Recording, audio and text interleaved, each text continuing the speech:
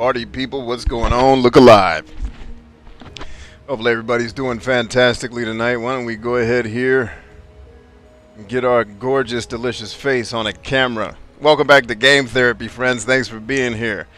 Thanks to all of you for being awesome. Thanks to everybody who's taking part in our 52 book challenge, our 52 book challenge. Thanks to everybody who's already here on the show waiting in the wings for us to get busy.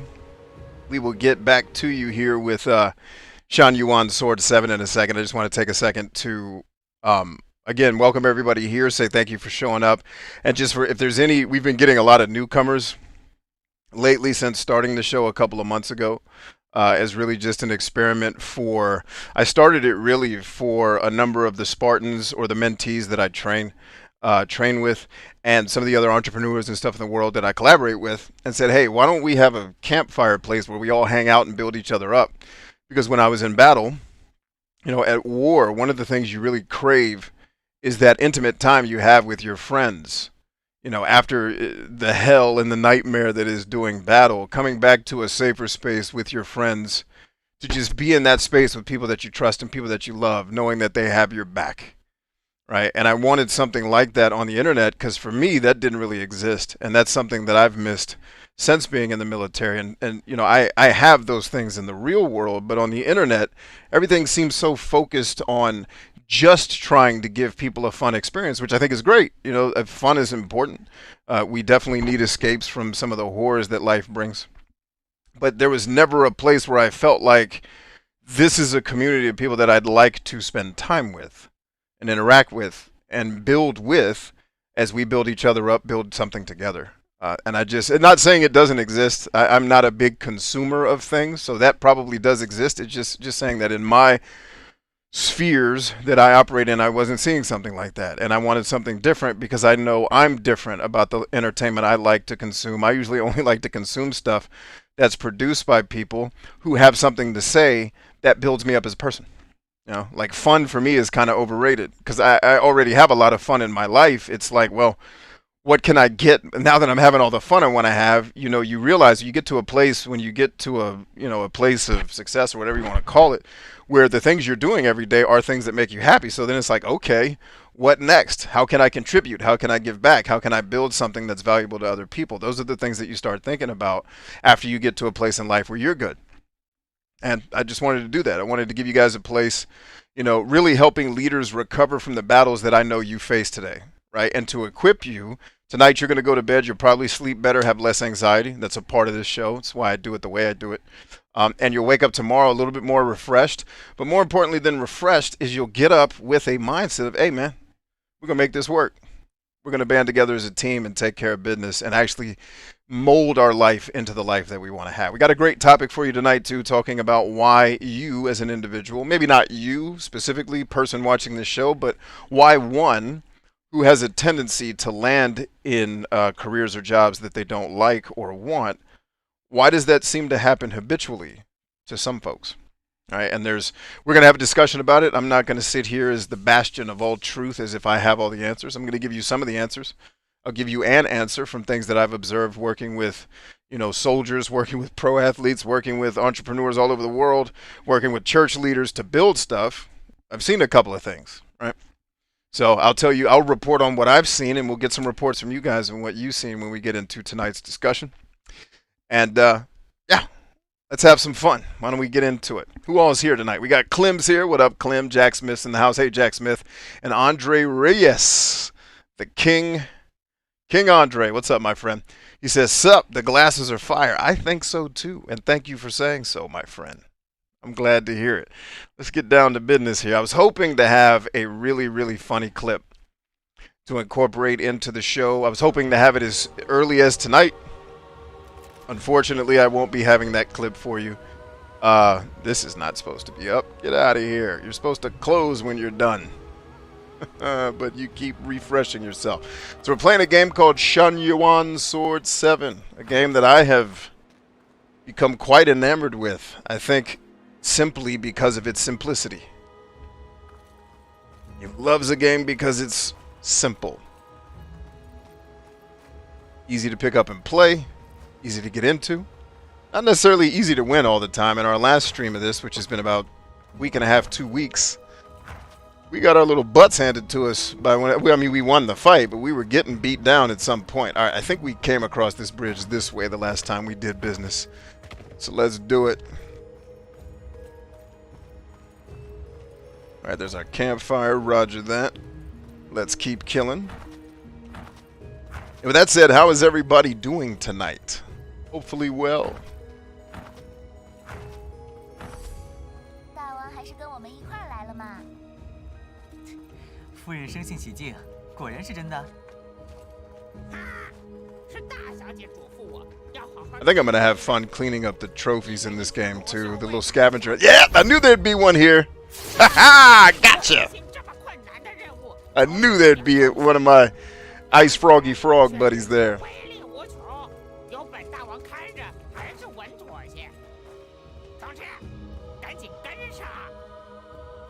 Okay. Oh, they're still talking. Like, this is something I hope video game designers really stop doing. The teammates that never shut the hell up while you're on a journey. Like, I've never seen this many chatty people on an adventure. Hey, while we're out here trying to hide in the woods from things that are trying to kill us, let's have a really loud conversation. Like, let's not do that. Let's stay tactical. Who taught y'all how to fight? You all suck at everything. Oh, I taught them how to fight, I think, so I guess it's my fault. Or this guy's fault.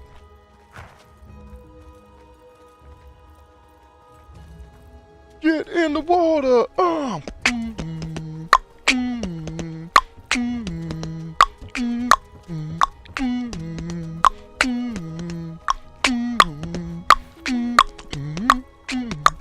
Sorry. Having a little flashback from days gone by. The good old flashback from days gone by. Man, we got a lot of folks here. Last 2 nights, man, we set a record with last night's show. A lot of people showed up.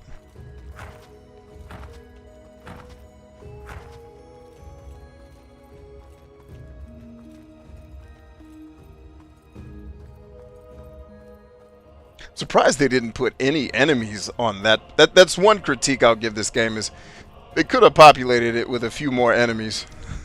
Like, these travel sections are great. I love the exploration and the scavenger hunting, but let me kick a little butt cheek, man. Let me put a blade in something. Shoot, what I got this blade on my back for if not to kick ass? Which the music leads me to believe we're about to get into fisticuffs here very shortly. 敌军守住了隘口，看来是绕。奇怪，无缘无故的。 Oh wow, that's not a jump up joint? 总之，一切小心。 Oh, that's right, you can't. I don't think you can do that in this game, can I? Ooh, that took too long. That took way too long. Nope. Let's get to work. Let's get it. Hey, we ain't got to fight, do we? I guess we do.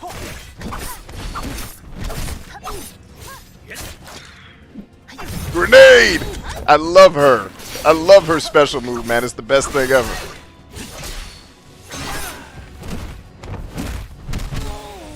These ladies' special moves are the coolest thing, man.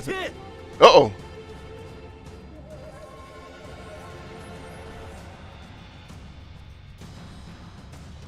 Huh.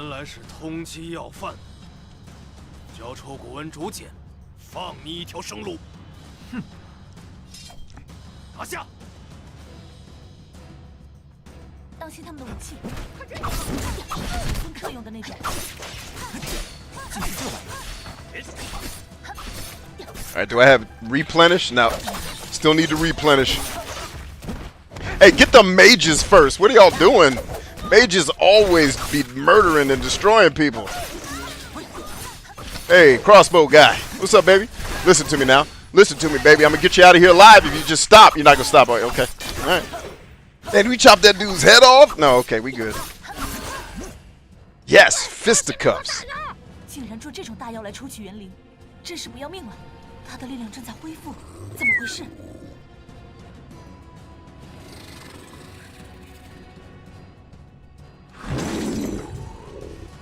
Yeah, buddy.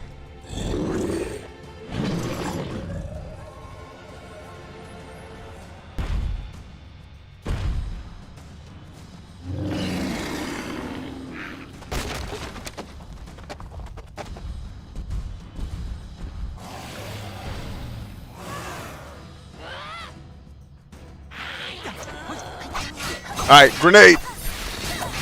Get him, lady. Alright, grenade these two. Alright, now let me do my thing. Where's my thing at?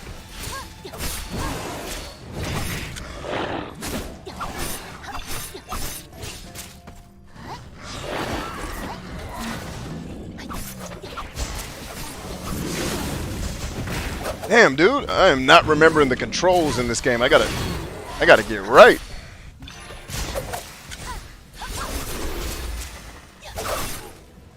Get my butt whooped out here. You missed. You missed. You missed.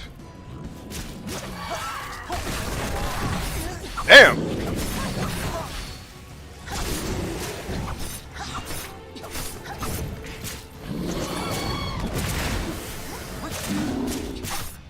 There it is. That's what I want. Put it on him.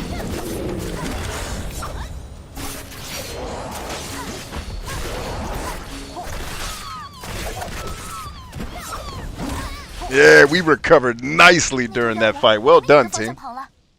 香儿，我们的当务之急 Very 是 nice. 快些找到轩辕剑。啊，小鬼说的没错。可是，要是他们跑去村庄里头，就会和之前一样。找轩辕剑虽然紧急，可这也是人命关天的大事。啊，小丫头说的也对。你说的有理，阿兄又何尝不知？但你瞧，那儿也是妖魔，虽说被困住了，可不知能困住多久。更后面呢，是否还有更多妖魔？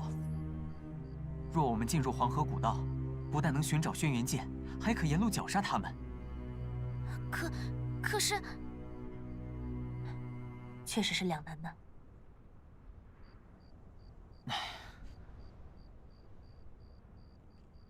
We also have a grab bag item for y'all tonight.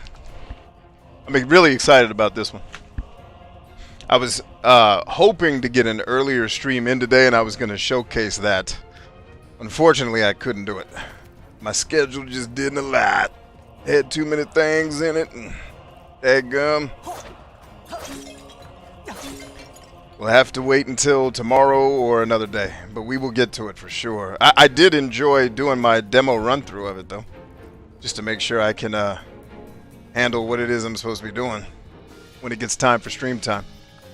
Yeah, so let me know if you're here in the comments. Comment, let me know, please.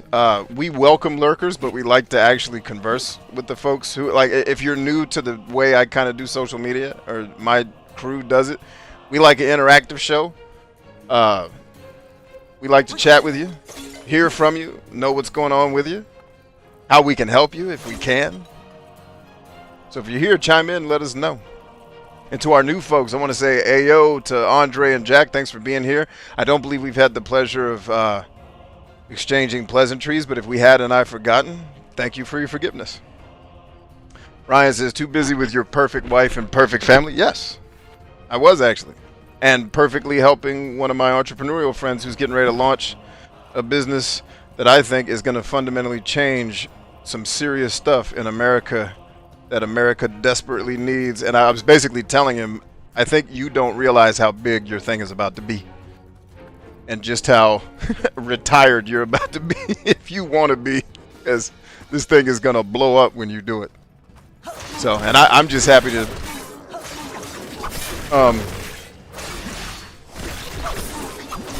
I am happy to be a part of it with him on the journey, and you guys will be hearing me. I will talk less vaguely about it in the future once things are a little bit more finalized and launched. Like I'll have all kinds of stuff to show y'all. I'll have gear, I'll have clothes, all kinds of stuff from this new venture, man. It's good stuff. It's one of the rare phone calls I get on where I'm sad when it's over. Actually, that's not true. Most phone calls that I get on, I'm sad when it's over because I only get on the phone with people I like talking to. So I guess that's not the initial statement was an untrue statement. I mostly get on calls with people I love talking to. Rarely am I on a call with someone who I'm like, oh man, I'll be glad when this is over. That almost never happens.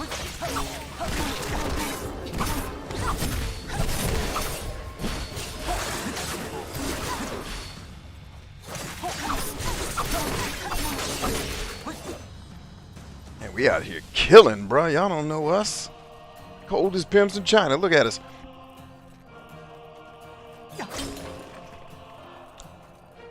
Lhasa says, do you still offer coaching services?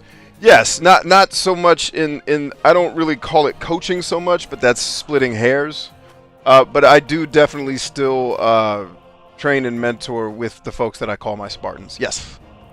I do still help out with, and I help out very sparingly, meaning I don't do it often.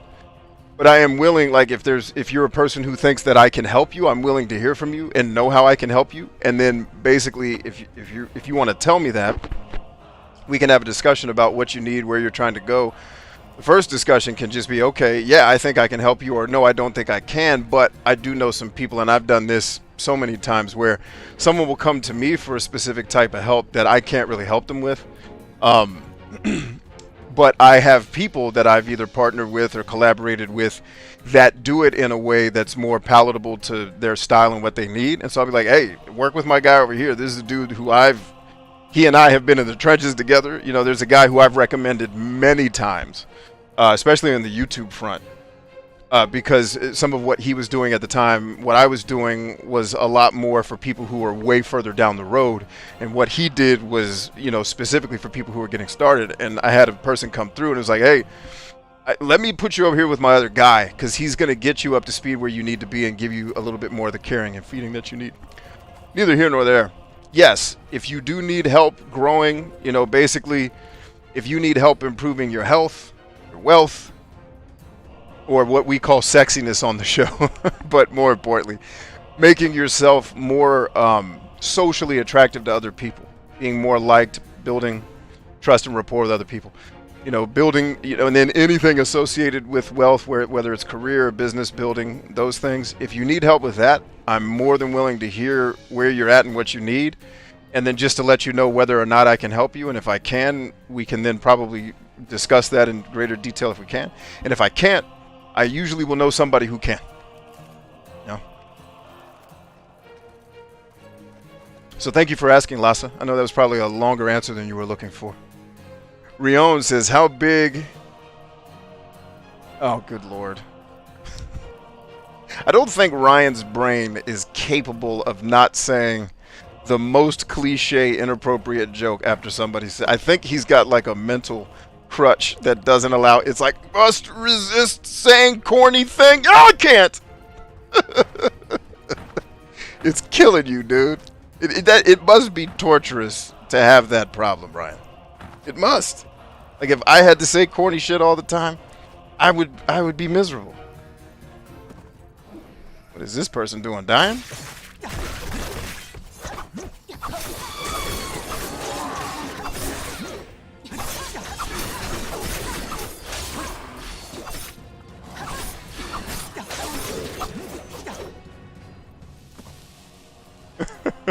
Lhasa says thank you. And Lhasa, please let me know if I'm pronouncing your name right. Is it Lhasa? Please correct me if I'm wrong. I am a stickler for pronouncing people's names properly. I like it because to me that's a form of respect that I can give someone, and it's very easy to do. Which is, hey, say this person's name right. And I like, and so also know, because the flip side of that is not true. People butcher my name all the time, and I do not mind. Like, it doesn't bother me. It's not like a reciprocal thing. Like, I want to show respect, but if somebody butchers my name, it's fine. I know who you're talking to. If you're looking in my direction and talking, I'm gonna answer the call.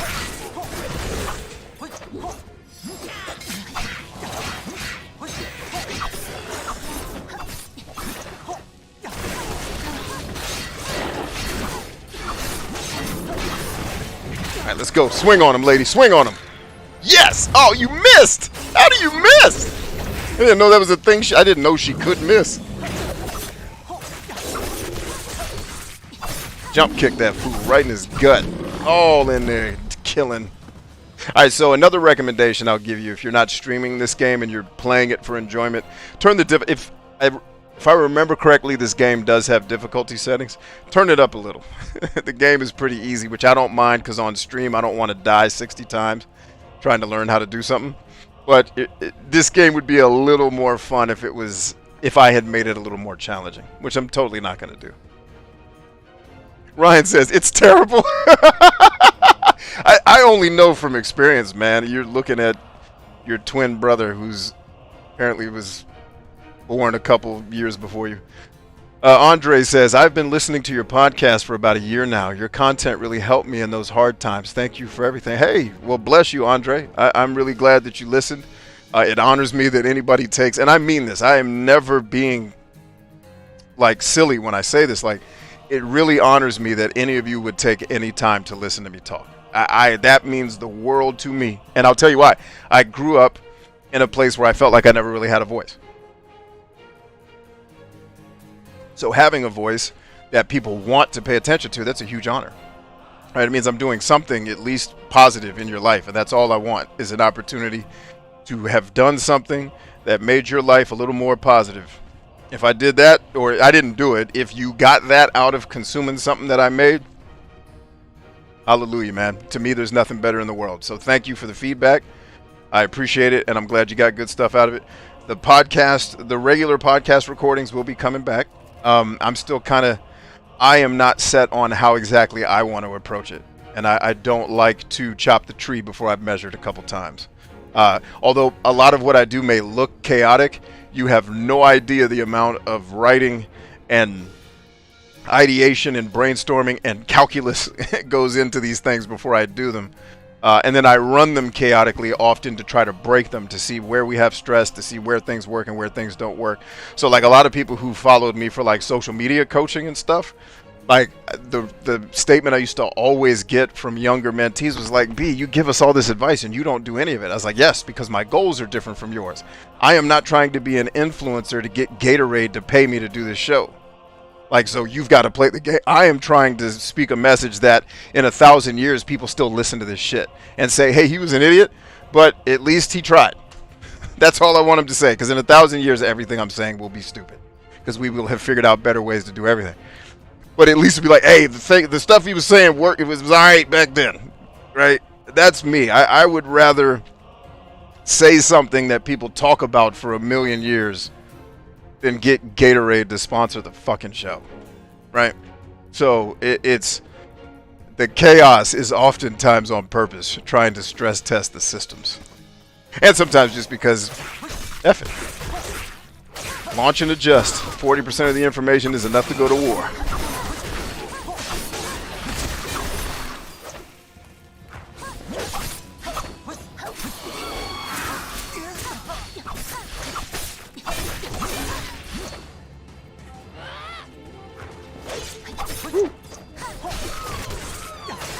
And hopefully those of you who do enjoy the podcast have been getting a similar flavor out of these shows. I know this show kind of moves through different veins than the podcast did, but we definitely get into some of the topics and some of the streams of consciousness and just thinking through hard problems. That's really what my podcast is designed to do, is let you guys hear me think through hard stuff so that you can think through it and land on your own conclusions and thus get yourself wiser and more efficient and better and more competent.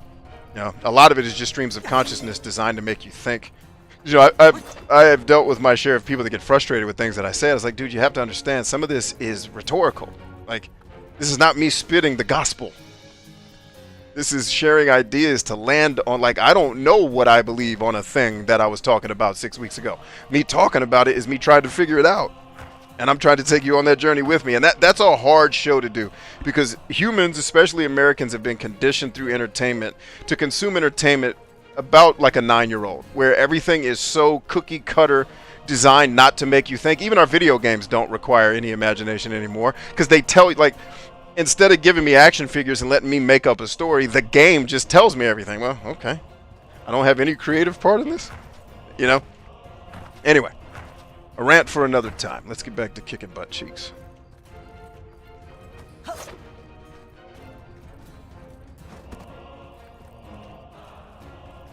But, you know, I respect that.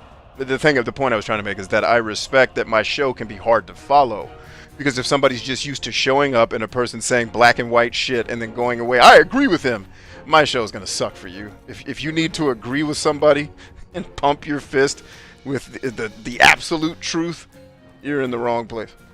Because I'm not sure that shit exists outside of outside of physics and the God behind the universe. I don't know that I see anything as potentially absolute, and even physics fucks up if you push it right.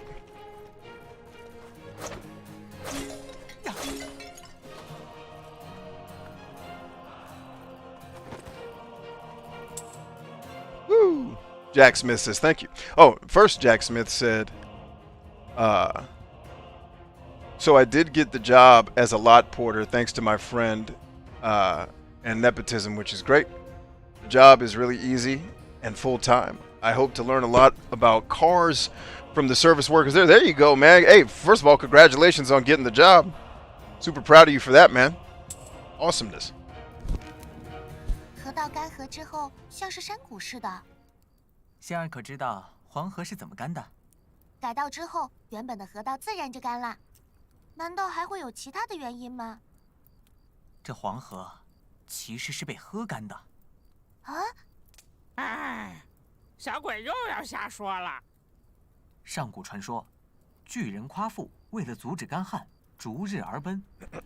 好不容易追到了日落之处。What kind of tea are y'all drinking tonight? Or are y'all coffee drinkers? 他将黄河喂水一饮而尽，依 I 旧 do 无法解渴。 Never really messed with 夸父 coffee. 本想连北方大泽一并喝干，再继续他的追逐，却在途中体力不支死了。啊，那干旱不就……干旱无从阻止，但夸父留下的桃木杖化作一片桃林，造福了来往人群。子旭这么说，倒让逐日的传说。Ah, Ross is asleep on the job. Ross, you better get up here. What are you doing? 夸父自不量力呢。 Stop sleeping, Ross. Get up. 就是当初夸父引进的。仙儿说是便是了。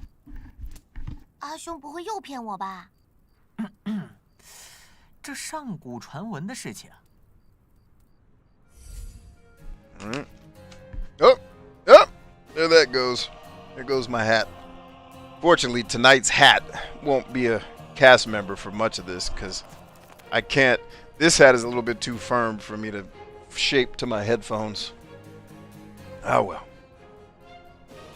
Earl Grey hot. I got you, man. Nice Captain Picard reference there. Actually, the clip that I talked about in the beginning of the show, I was going to have... I'm going to start incorporating funny clips into the show when stuff happens. And there is a hilarious, in the right context, Patrick Stewart one. I couldn't find it. I didn't have the time. I was pulling it up for the show. Like, I can't watch this whole movie, and I don't remember where the scene happened. So, all right. We'll come back to this another time. Oh, man. And Lhasa, going back to the mentoring thing, if you want to get in contact with me to talk more about it, just email me. contact@bryantchambers.com. And if we've got, opportunity to kill it together, we'll do it. All right. Confirm it, y'all. Save it up.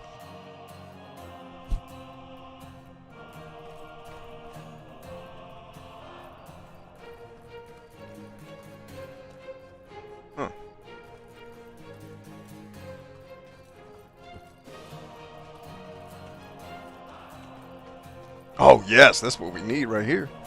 Holla.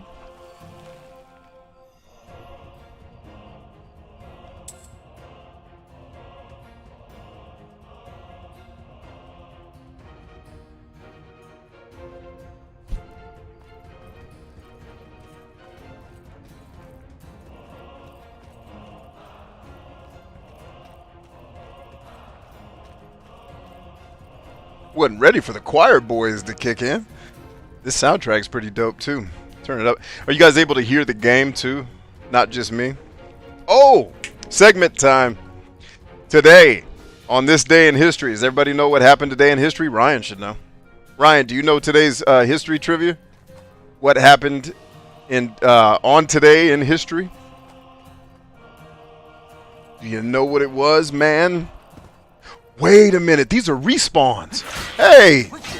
Yes, I didn't know enemies respawn. That's level up time, boy. I'm going to level up all night. They don't know me. Hey, give me a grenade, lady. Grenade, please. Thank you.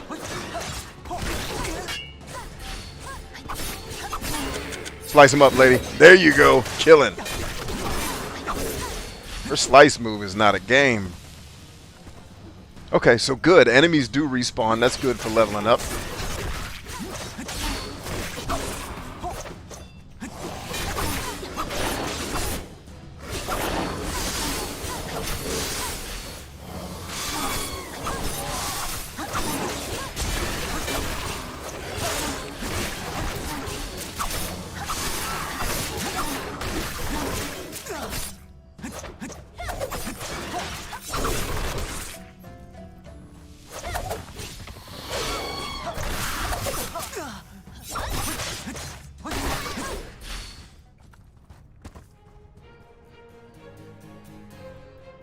Ryan says, nope, I'm driving, by the way. Okay, so today in our history, human history, by the way, the first Pentateuch was printed 1400, the year 1482. So 10 years before Christopher Columbus came to rape and pillage, the Jewish Bible was printed for the first time. Kaye.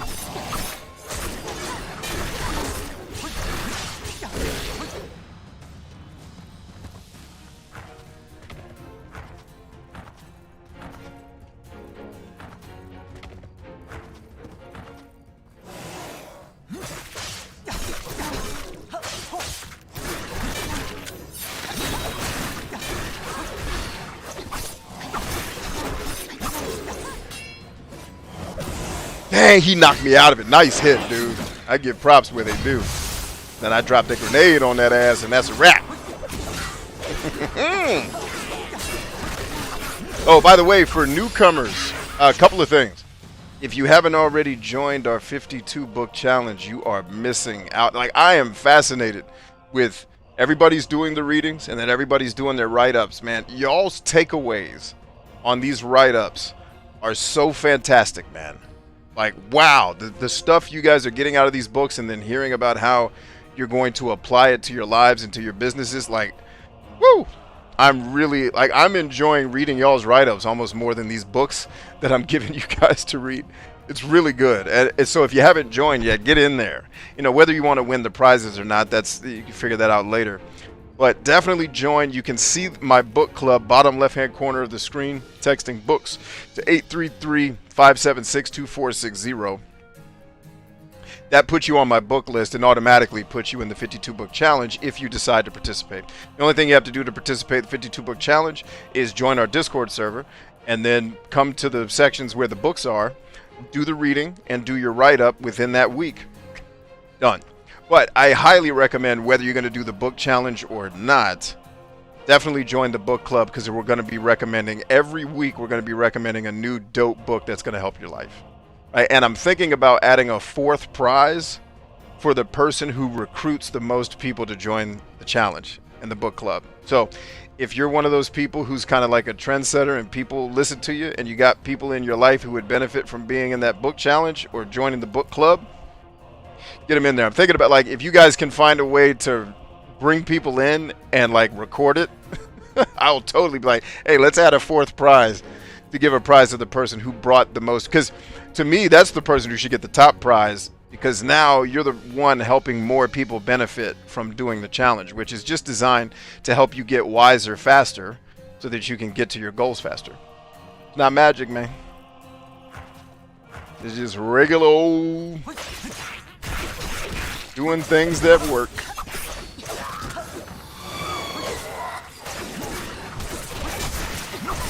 Hey, slide out, slide out. There you go. This game needs gambits, so I can be like, hey, kill the mages first. They're always the biggest threat on the battlefield. Enemy mages are almost always the biggest threat on the battlefield. Please take care of them. Please get them dead.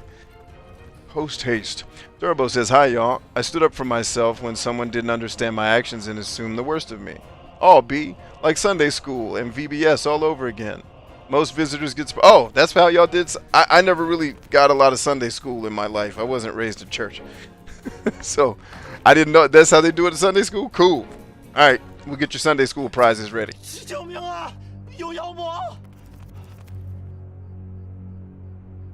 And I don't know what VBS is, 大家救命 so I'll take your word for 怎 that. 么了？慢点说。 咱们商队在前头遇上妖魔，我侥幸逃出来，求您救救咱们。无所谓，反正顺路。快带路吧。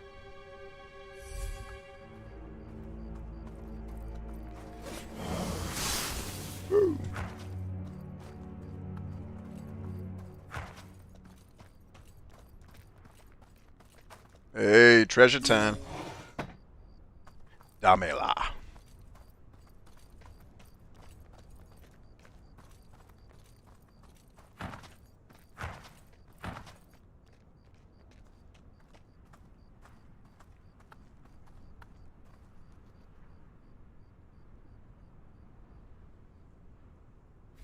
It's not cool for folks that don't know a lot of folks. We'll get to know more folks, and then you'll be cool. Problem solved. And that's a great challenge. Like, you get to know more people, you get a prize, you read more books, and you help people. It's win, win, win, win, win, or too many wins. I put too many wins in. There's only 3 wins.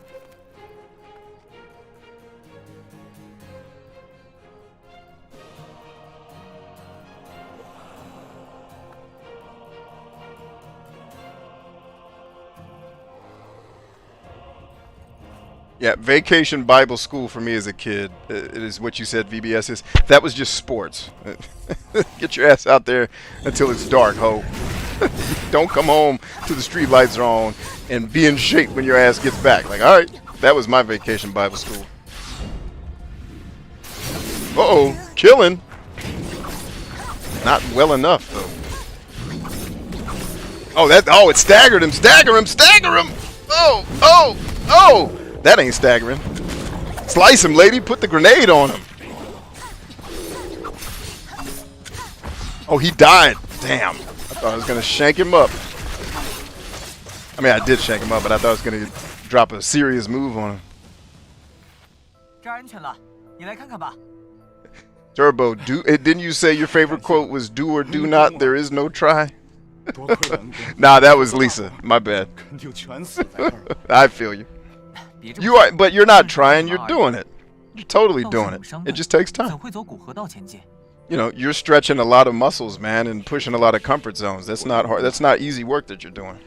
咱商队向来往返西域洛阳，哪知这次才过了函谷关，便听闻妖魔肆虐，驰道全都被封锁了。逼不得已，只好冒险碰碰运气，没想还真遇上了妖魔。唉，如此行险，也太过薄命。恩公有所不知，一家老小都还在洛阳等我，嗷嗷待哺着呢。我若不搏自己的命，便是拿他们的命来搏。这，唉，也是，都是辛苦人。 Can we give him something? I mean, we got a talking bird, man. We got to be able to do something. 往鲁班遗迹的路吗？啊，让本大王看看。大王看清楚了吗？看得很清楚，毕竟本大王鸟眼如炬。但遗憾的是，本大王也不知道路。 方才不是说这方向顺路，还以为大王识路呢。哎，我得好好教育教育你们。这黄河一天到晚改道，有道是30年河东，30年河西。本大王识得的是30年前的路。大王这话说的，难不成我们耽误的这一会儿，黄河就改道了？总之，接下来该怎么走？ 本大王30年前知道，现在不知道。诸位恩公说的遗迹，可是那艘沉在地下的大船？顺着这儿走下去便会看到，显眼的很，肯定不会错过。多谢指引，我们正愁找不到路呢。恩公莫要多礼，真是折煞我等了。一点小小心意，诸位恩公莫要推辞。 啊，这是大渊，不，秋瓷的葡萄酒。恩公好见识啊！葡萄酒，很厉害吗？这种水果酿成的酒，芳香酷烈，味兼醍醐，是西域的特产。要是在长安或是洛阳，千金难得一壶。如此厚礼，太过贵重。美酒虽好，哪能与救命之恩相提并论？那我就却之不恭了。没了命，哪还有生活可过？本大王倒是觉得，做事还是得知所进退。可我几次听大王说起故事，总感觉大王向来是勇猛过人，身先士卒。哎，那倒是，毕竟本大王从不怯战。这样啊？可是我……别摩擦了，加紧脚步，往鲁班遗迹去吧。I'm gonna shoot that bird. I might have to shoot that bird before the end of the game. All right. Let's get into it. Let's get into this topic for actually. Let's see if I can get to our next objective, and then we'll get into tonight's topic, which is why you keep landing crappy jobs. If you keep landing them, if you don't, then you figure out why other people do. All right. Yes, that's what I wanted to make sure. Had a feeling we'd find some goodies in the camp load. All right, let's save up. Wrong button. Turbo says to stand up to a friend and tell him that is not the right way to treat me. Risks shrinking my circle even smaller. But if it does shrink, that one needed out. Yeah, and it really means you didn't shrink your circle. It meant they were never in the circle to begin with. If they're going to end a friendship over something that petty, it means there wasn't really a friendship there, and it's probably best that you get rid of that person. So you're right. Yeah, I'm with you. 便是南方国度的鸟捕。鸟捕，这个本大王倒有兴趣了，说来听听。就怕吉鹏大王听了吓着。哈，本大王见的可不比你少。这鸟捕逢岁末举行，在进行之前，族人会先杀猴，以猴血祭天地。祭拜以后，便由巫祝带领入山进行鸟捕仪式。没有带鸟儿，要怎么做鸟捕呀？这就是厉害的地方了。鸟儿是直接从树林里走向巫祝的。抵达部族的圣地后，巫祝念诵咒语，便会有只七彩羽毛的鸟儿出现。巫祝会将它捧起，给族人们巡视一遍后，将之杀死。啊，这不会是以鸟血卜卦吧？可惜大王猜错了。巫祝会将鸟腹剖开，若里面充满骨素，来年就将丰收；若是充满沙石，就代表来年有灾。听来真是毛骨悚然。大王哪日到了西域，可得小心，要是被当成神鸟就糟了。小鬼多虑了，本大王可没那么容易被捉住的。Amen, Highness. Your birdness, I guess. Maybe that's what I should call you. Alright. Let's get into our topic for tonight, which is why the jobs are crappy. Get that off the screen. Let's turn that down in my ears a little bit. Cool. Tristan is in the house. Word up. So tonight's, it's really not so much a dissertation as I really just want to engage you all in an interesting conversation. So let's do it just like last night. Oh, and before we get into tonight's topic, let's close something out from last night's topic where Turbo says, my whole life I make observations of things many do not see. I am vocal about what I observe in an honest, unbiased way. Some are not ready to hear those truths. So let me ask you this, Turbo. When you're sharing those truths, have you usually been asked for your input in those situations, and then they're responding to you negatively after you give it? Like one of those, like something I say to people a lot when they're, if that's the answer, if I'm reading that right, is if you know what you want to hear, tell yourself and leave me alone. Because if you want to know what I'm thinking, then ask. But if you have a thing you want to hear, don't ask me, tell yourself. Because chances are what I'm going to tell you is probably not what you want to hear, right? So if it's that type of situation, you know, if they're asking for the feedback and then they just suck at taking it, well then, I've got one way to go about that. And then if the answer is no, then we can look at it a different way. But that also plays the thing I'd say, Turbo, if it's the latter, if it's more you're interjecting without their, them asking for it. You don't strike me as that type of person, though, which is why I assume they're asking for feedback and just not taking it well when you give it. So I think for you, well, I'll wait for you to answer before I give a whole lot of think about this, think about that stuff. So tonight's topic with the crappy jobs actually kind of jives with this week's book of the week, H Factor Personality. Hey, shouts out to Broken Suba, who already got his write-up for this turned in 2 weeks early, I'll remind everybody. Or a week early, I'm sorry. Fantastic. Great write-up, man. And then this book here. So having said that, or at least my portions of my observations for tonight's discussion will come partially from these books. But what do y'all think? Why do you think if people are landing crappy jobs, and it's something that seems to happen with some regularity, that, and let's define crappy job a little bit for this. Like, I don't mean, you're prostituting or something like that. I mean, it's something where when you land in a job, each time you do it, you find it, no matter what the work is, no matter the configuration of the work, there's just something unpleasant about your experience working at that job. And that seems to follow you in each of the jobs you go to.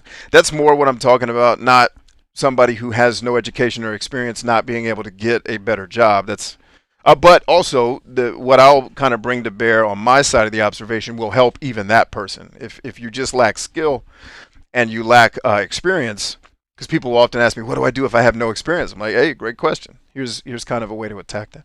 So what do you guys think? Not just what you think. You guys are professionals and have lived a whole life in many cases and run your own businesses, done your own jobs. What are your observations in your own life and the lives of others where you see people habitually? Because the reason I bring the question up, and I had the topic for tonight, the inspiration was that is something I hear regularly in my feed when I go on social media and ask people, hey, what's going on in your life? What's going on in your business, and what are the things that I could be helping you with in those regards? Right? A lot of times it comes back to the job I'm in or the jobs I find myself in. I find displeasing in some way, and I'd like to see that pattern stop. Right? So what are your observations and your thoughts with why people run into that situation? I will take your fantastic... And by the way, y'all's comments on last night's topic were fantastic. So I expect nothing less from tonight's topic. Let's see what y'all are talking about. Tristan's in the house. What up, G? Good to see you. Turbo says, well, one time was a conversation going on, and a mom said, I don't know what could be happening. So I answered. You're a fixer, Turbo. Does that describe you? Like if I said your personality strikes me as a fixer, would you agree with that? I'm not saying you are. I'm asking. I want to make no assumptions about any of y'all. I just want to be an explorer and a friend learning more about folks and learning to respect your individual uniquenesses. Turbo goes on to say, the other times I just noted something positive and was like, you said something positive and got criticized? Okay, if you're saying positive things a lot and people are still criticizing you, that to me, I mean, without further information, that just signals to me you're around crappy people and need to change your environment. Ryan says people not finding why they keep finding the bad jobs is agency. Okay, what do you think the root causes of their lack of agency is? That's a good one. Turbo says in volunteer work, often land under a person that wants me to do something their way, a more closed-minded approach. All we're teaching. Okay, I got you. Turbo says, yes, I'm a fixer, a problem solver. Yes, so let me give you something I wish, and if you've heard this before, forgive me. I never want to insult people's intelligence or assume you don't know something. But a discovery that I had in the world is that we fixers, I'm going to say we, because I am one too, we are in the gross minority on this planet. Most people are emotional venters, meaning when they're bothered, they're going to talk about it. Fixers go out, and when they hear a problem, we immediately start thinking of solutions. Fuck it, let's get some duct tape. Let me hire a couple of hookers and some dancers. Like, that's how we think. You know what I mean? So it's like I have pissed people completely off. This is where I'm going to empathize with you because I imagine your social situations may be similar to this. I got into a conversation where a person was sharing all this stuff they hated about the political landscape of the world. And I just gave them, I was like, well, what about this? Have you thought it? I was literally just plausible solution. And it was just, they got angrier and angrier, continuing to argue their points, which I wasn't against. It was just, okay, that's the problem. And I get that the Democrats are the reason why there's, all the Cinnabons are going out of business. But that you can't control. But here are the things in your span of control that could fix your... What I learned from talking to humans like that over the years of me being a fucking fixer is most people don't want a solution to shit. They want to be angry, they want to be pissed off, and they want you to fucking listen to it. And to me, that's loser shit. I don't want to just sit here and listen to your fucking problems. I will listen to your problems if at the end of them, or if I'm listening to you to help you process the emotion.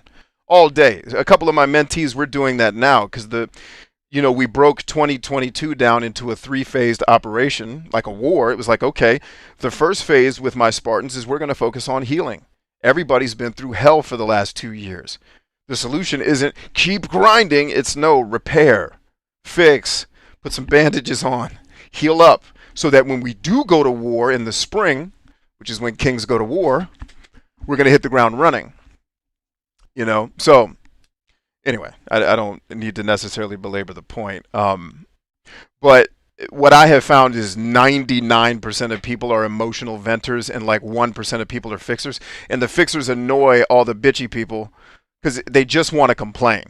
They just want to complain and be heard because that makes them feel good. And to me, yes, that is appropriate behavior for someone who's fucking 9. Don't talk to me about your fucking problems unless 2 things are like I'm a friend of yours and you are using me as a place to process your emotions and you just want me to shut up and listen so you can get it out. Check. I don't have that many people in my life like that. Otherwise, I'd be stressed out all the time. Or 2, at the end of this rant, we're going to talk about plausible solutions and how I can be a part of helping you fix it. Otherwise, why the fuck are you telling me about all this shit, right? I don't know if you have a similar attitude to me, but that's been my approach, and it's gotten me into a lot of uncomfortable social situations because, like I just said, in my observation of my world, I don't know that this is the truth. The way I have seen the world, 99% of mofos ain't trying to fix shit. They just want a bitch. They want their situation to get better, don't get me wrong. But when it's like, okay, well, here's the thing. Like, I've literally had people like, yo, B, I can't find a job. Literally had this happen. And this is where you call people's bluffs and you realize, you figure out what's really going on in life. B, I can't get no job. We had a job interview lined up for that person within a week. Oh, well, I didn't know y'all was going to help me get a job that fast. Like, no, what you're really saying is you want more money, but you don't want to change what you're doing. That's not getting a job. It's like you didn't actually want a solution to the problem. You just wanted to bitch about your current situation. Let me take my energy and go help somebody that's actually trying to get help. Because you're not wasting my time. You're wasting my kids' time. Because I could have spent this time with them. You know what I mean? That type of stuff. So, I don't know if you can relate to that, but I figured maybe that little anecdote encourages you a little bit. Tristan says, what I found is that when I care more about the promotion or status rather than whether or not the job is actually a good fit, I get myself, man, see, Tristan's cheating. I talked to this guy, and so he knows where I'm going to be pulling some of my notes from. This is one of my Spartans. Tristan be cheating. Tristan, stop giving the answers to the class. Anyway, no, you make a really great point. And some of what you said is going to come up in my points as well. Very well said. Turbo says, if I'm around a venter, I ask, do you want options or an ear? Perfect. So, yeah, my whole spiel in that rant to you was just assume 99% of the people you're talking to are fucking venters. And don't even ask. Just let them finish talking and be like, that's nice, and walk away. I have a new quote that says, yo, B, man, when people say, yo, B, man, you really speak the truth. No, I don't.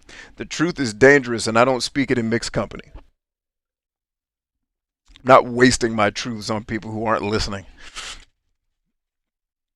I've watched people die and had to bleed for some of those truths. I'm not giving that shit away to someone who's not going to use it. I'll give it away for free to someone who will go make the world better with it.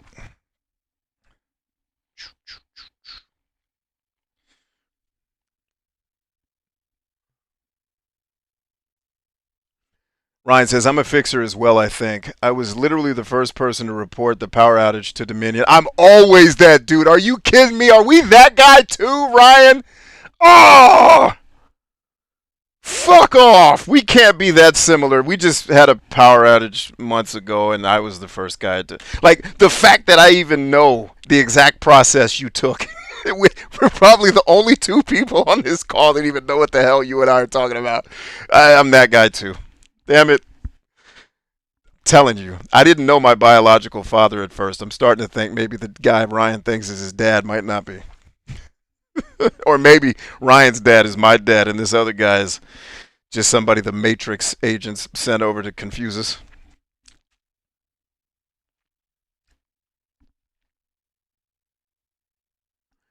Oh, that's so cool, man. But yeah, like, but I'm not, I don't think that's because I'm a fixer. I think it's because I hate not being able to do what I'm working on. And I'm like, get this electricity back on. But I guess maybe that's a fixer too. I don't know. I just chalk it up to me being a bitch more so than being a fixer. See, Ryan says, and I met the very same sort of frustrations that I did my last two jobs. The dispatcher directed me to three. Oh, no, no, no, no, no. Dude, no, that's what you're doing wrong. It's all online now.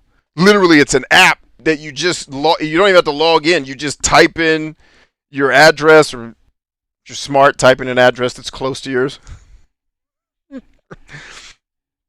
Or make up one that looks like it's on your street. Do it on the internet, bro. Oh, I'm so sorry that, like, so this is like when I was giving one of the case studies I used when I'm coaching up business owners is Dominion Power, because they have the most effective use of Twitter I've ever seen a business have. They use Twitter as their customer service. It's genius. It's like literally I learned about the Dominion Power stuff from Twitter because I followed them, because I invest in them too. So it was like, all right, let's figure that out. It was their Twitter thing came up in my feed saying, hey, there's a power outage in this place, and if you're near there, click here and put in your report. I was like, oh snap, this is how they're handling this. And literally you can ping Twitter to say what's the deal, and they come back. And then eventually the website got so advanced, because I learned that. I've been doing that probably for at least, was this 2022? I've been doing that at least since 2009, I think. So, which is when I got on Twitter anyway, so somewhere around there. But yeah, it makes the process a million times easier. I was like, man, Dominion Power got the Twitter thing figured out. Because that's one way to keep your customers not happy, because if you're having to talk to Dominion Power, you're doing it for a reason that's unhappy. But at least there's somebody there to give you like, hey, we're working it. Because we had a really bad storm on my son's birthday, I want to say 8 years ago. And it took the power out for over almost 24 hours. And like it was because of literally lightning, I think, struck the power pole and it fell into the trees. Like it was crazy. But in fact, if you guys ever watched my old YouTube channel and you used to see a show I started called Gamer Life before Game Therapy, it's been a couple iterations of this. That first episode of Gamer Life was filmed at the Vietnam Memorial at like 3 o'clock in the morning. That night my power went out. Because I was like, I have nothing to do. I can't sleep because it's 1,000,000 degrees. Because it's the dead of summer. It's 100 degrees, no air conditioned. This is like being back in the desert. I was like, I'm not really going to sleep well in this, so let's go work. I got my car, drove into downtown D.C. I was like, fuck it, I'm going to shoot some videos at 3 in the morning and hope the cops don't think I'm up here doing bad shit. And they didn't. They waved, was like, hey.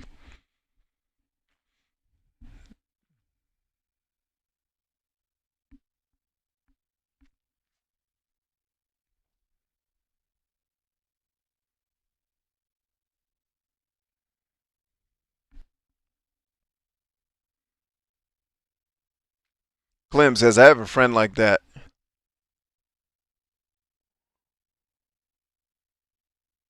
And I feel like I'm walking on glass when I respond to her. Yeah, I try to minimize my interactions with people like that. They're just, for me, they're too exhausting. It's too much. They require too much energy.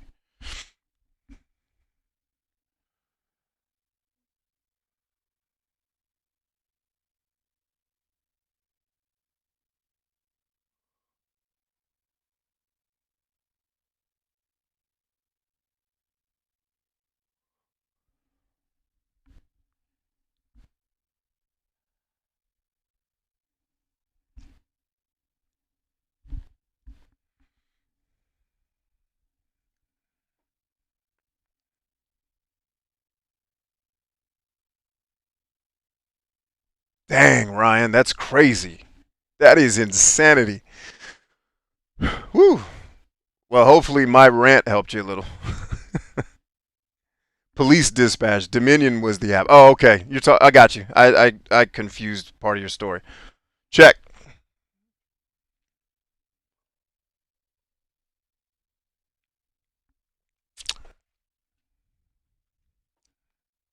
Belgian Dan's in the house. There's somebody we ain't seen in a while. What up, man?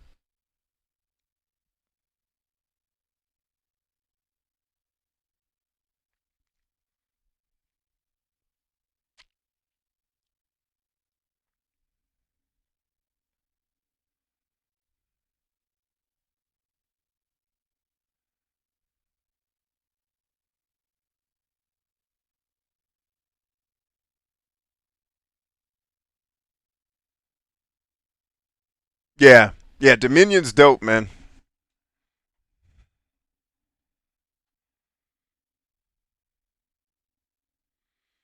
Very interesting. Okay, yeah, so you guys bring up a lot of great points about why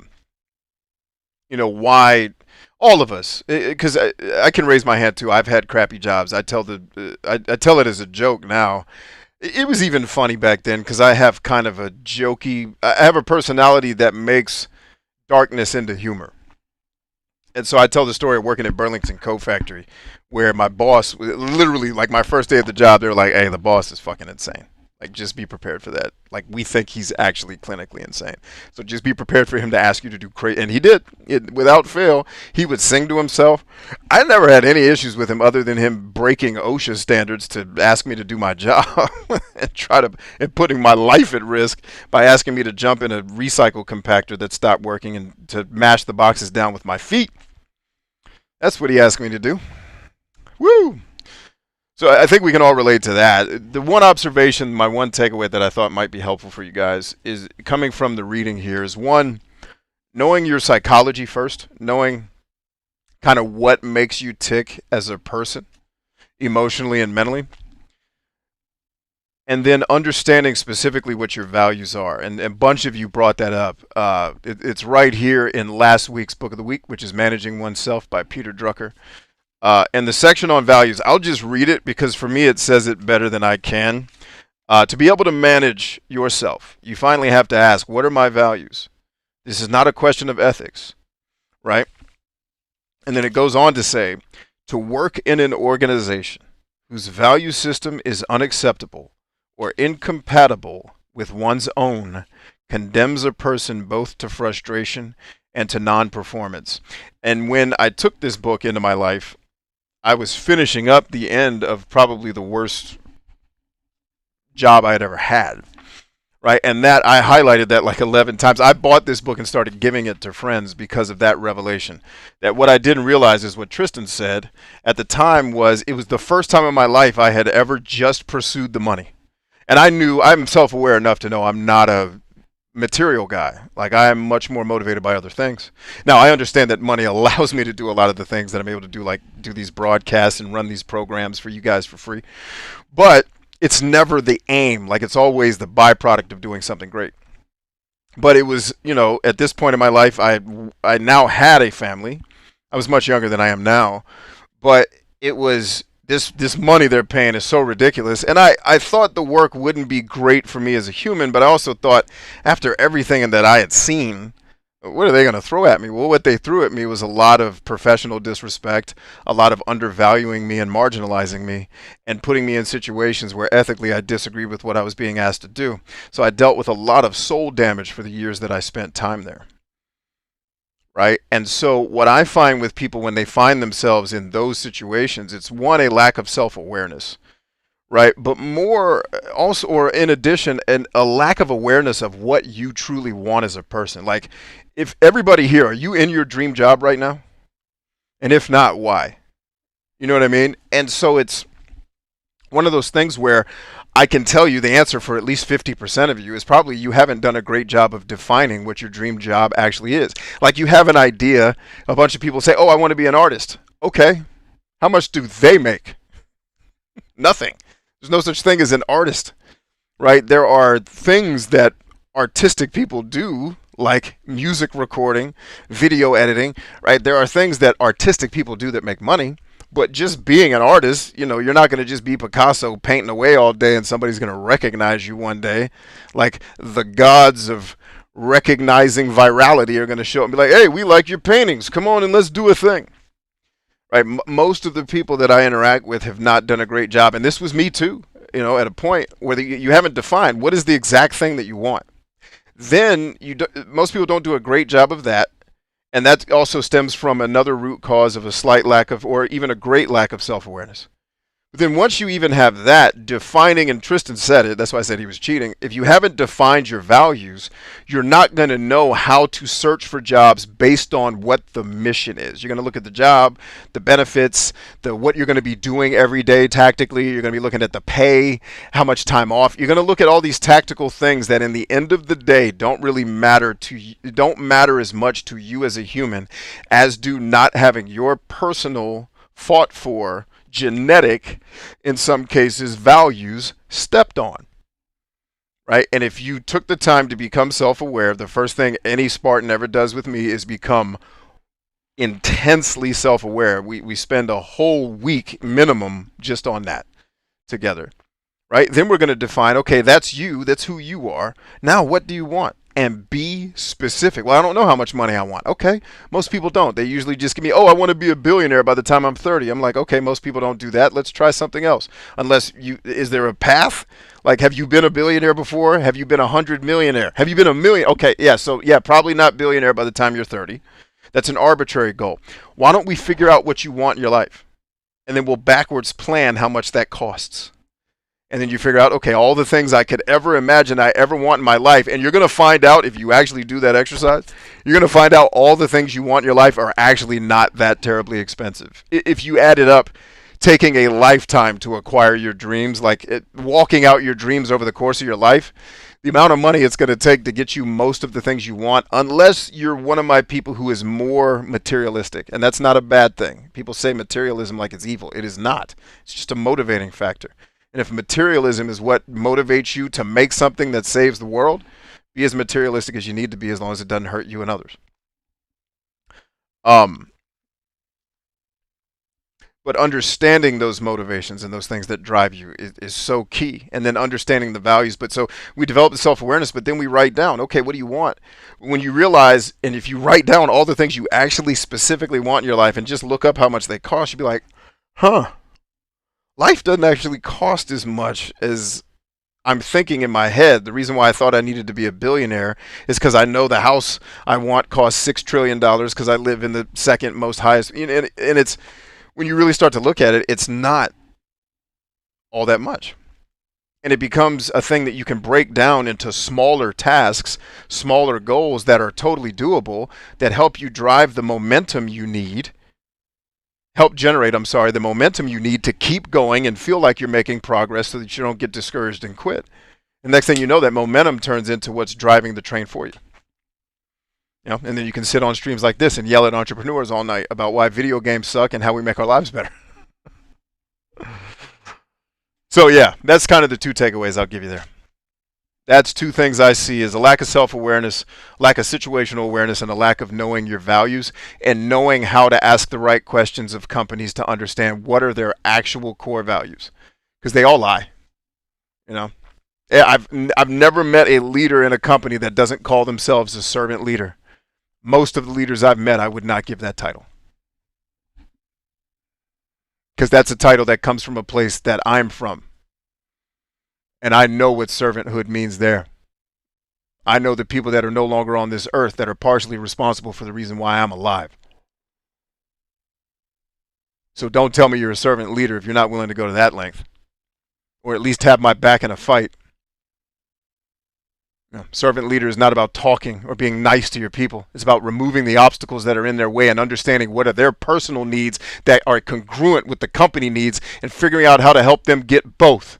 That is what you do as a leader. And when you can't get both, you be honest with that person and you ask them, do you have the commitment to help me get mine while I'm helping you get to the place where you get yours? Because I know this relationship's going to end because you can't get to where you want to go with me. But will you stay with me until I can get you to where I can get you? And if you can't, let's break bread. Let's break apart now as friends. And let's get you, like, I have literally helped employees of mine who came to me and were just honest, like, B, I don't want to do this. I'd rather be doing this other thing over here.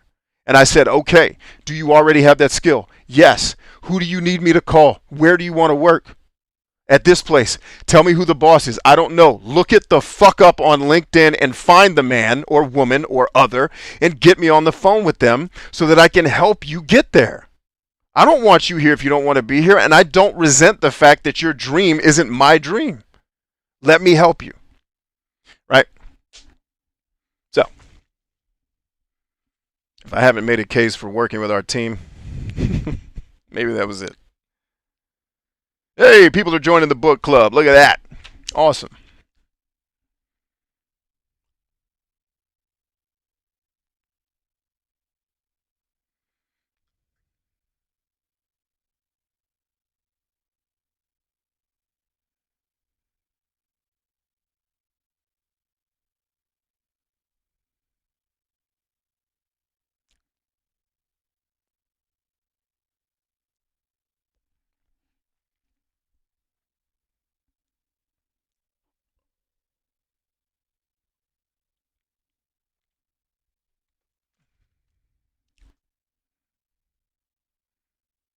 He's like, I can tweak a dream to fit that paycheck. Well, what I would say is, yeah, 100%. You could totally tweak it. six G's? You could make a lot of dreams come true with 6 G's. Hell, I calculated how much my entire video game collection would cost if I had all the games I want. I don't remember where I wrote it down. The number scared me because of how low it was.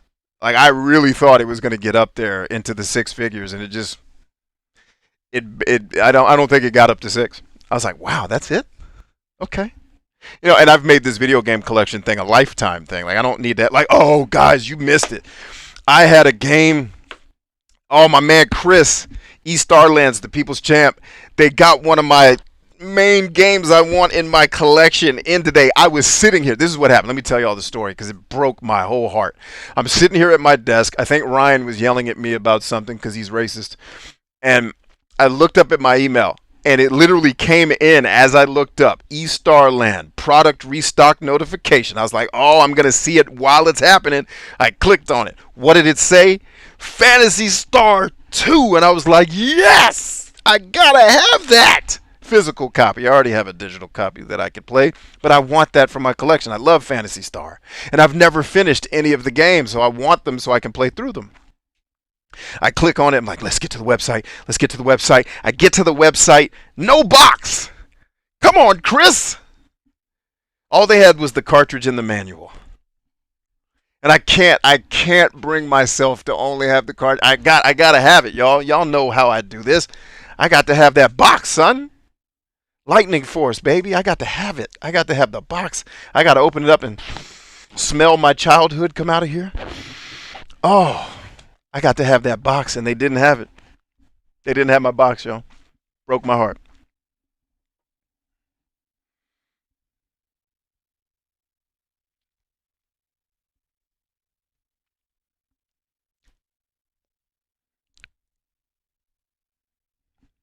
All right. Before we get back into the game part of tonight, let's do our grab bag.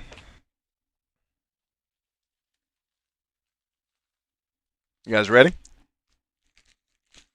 Let's peel the tape back. Obviously, I opened this already. But I wanted to have it in.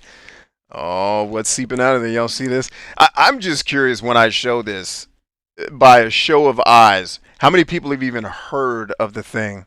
And I'm guessing it's only going to be Clem, but we're going to try. How many people have even heard of this greatness that I'm about to pull out of this box? Look at that. Look at that. That's a little taste of Jesus right there, isn't it? I don't know who named this game. Let's see who the developer was. I don't think their primary language is English, whoever they are. That's the name of this game. It even comes with a booklet, a thick one too, like an old school instruction manual, like back in the day. And then it comes with a soundtrack. Come on, bruh.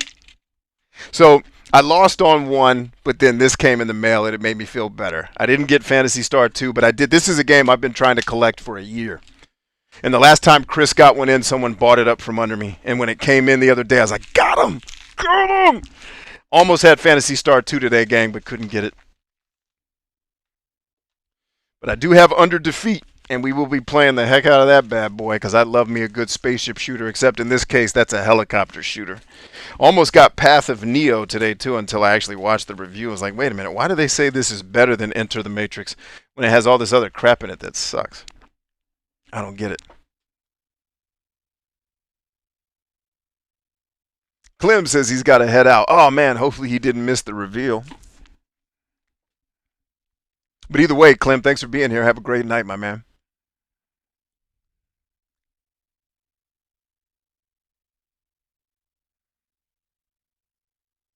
Clem says, we are stronger than I. Good night, everybody. Good night, Clem. Thanks for hanging, man. And thanks for hanging in there extra couple minutes for me to do the reveal. That was probably something only you have heard of. Because truth be told, as much of a video game collector and fan I've been over the years, and even working in the games industry, I had never heard of that game when my favorite YouTube person who got me on YouTube in the first place, when he did his review of it. I was like, how have I never heard of this? Because it's an arcade game that they moved over to the PlayStation 3. I was like, how have I never... And it's hard. Like, I played it today because I was going to do it on a show, but I'm like, I can't do a game on the show if I can't play it. And I was like, I got to get better at this game because I couldn't even pass the first level. I was getting by. No, I did. I passed the first level. I used up all but one of my continues just to beat the first level. And I was like, well, this one certainly isn't easy, but it is one that if I play it enough times, I'll get the patterns and be able to figure it out. And it's got kind of a different control gimmick that I wasn't expecting or really ready for that I have to get used to. But it's going to be fun. Once I get good enough at it, we'll put it on the show.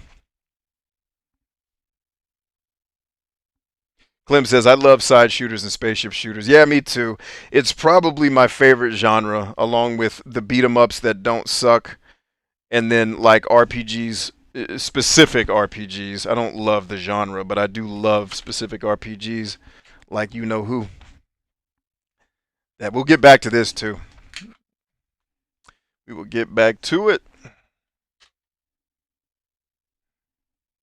Cool. So having said that, I'm going to take a quick break. Do you guys have any questions, anything that I could be helping you with, life, career, business, or otherwise?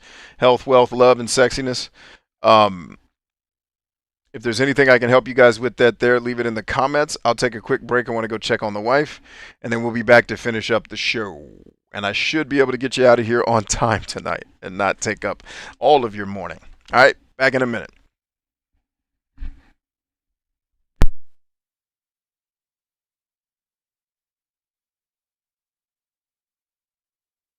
Oh, and as promised, we did get the new shirts uploaded. If you guys see right there, swag.bryantchambers.com. Right before I run out of here, I want to verify that what I'm about to tell you guys is actually still true. So the shirts we talked about last night making, the fill in the blank person won't let me quit, which is the shirts that are designed to say who's the person that inspired you. We're doing custom shirts. So right now I have Dad won't let me quit up on the site. I am willing to hear from y'all if there is a name or a title that you would like to have replaced on that shirt that doesn't say Dad. Like, Dad does mean something to me because my dad passed away, and he's, he was my first hero that I ever grew up, really looking up to. And so that shirt means something to me, but it may not mean something to everybody else. I'm willing to hear, and we're doing this as an experiment to see if people are even interested.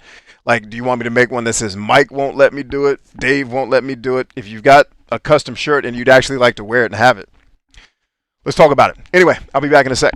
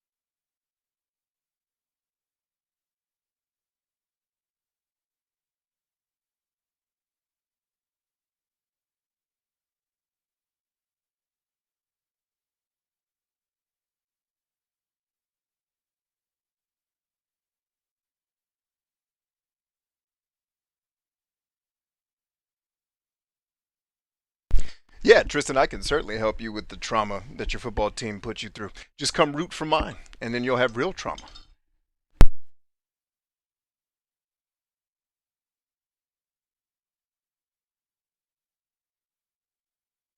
You'll have the trauma of accepting that your team is never going to be a winner because of the leadership in place.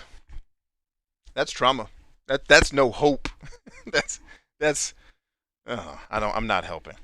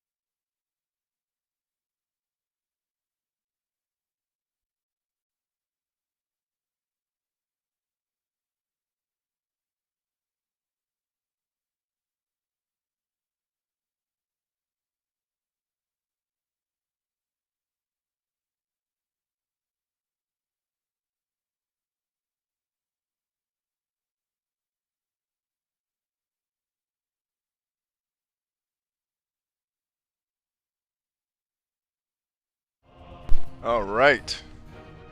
Get back into this thing, shan't we? Shall. Shall indeed.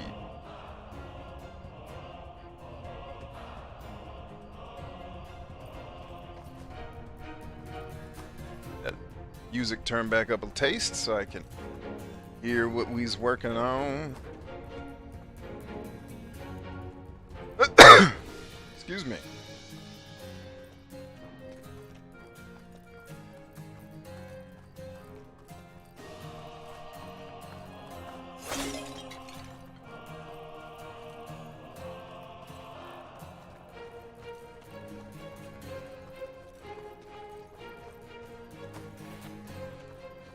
Man, this ravine is cool, man.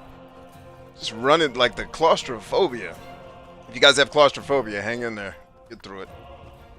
Woof. Damn!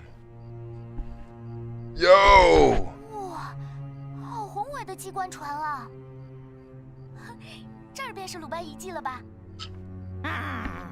说到鲁班遗迹，当年本大王……哎，大王，你能飞上去看看有没有其他的路吗？看都不用看。小鬼，走那边。哎，大王忽然又认识路了 Yeah, 呀 the scale of that ship is so dope. I want to take my glasses off to see that. 自然认得。 Yeah, that's cool, man.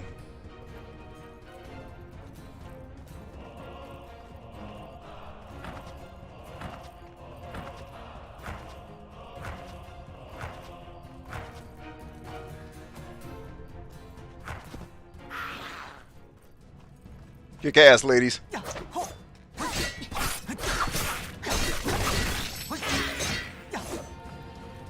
Well done.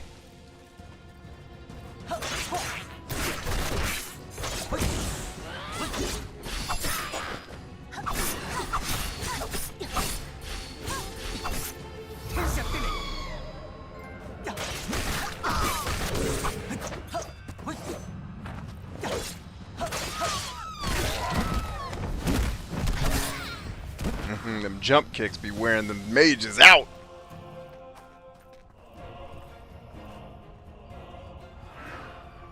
Cliff looks like waffles. Cool.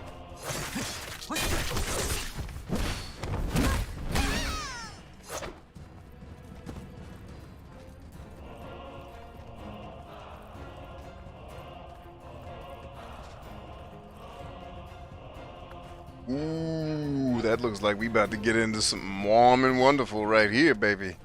I'm gonna get this ass whipping that you need.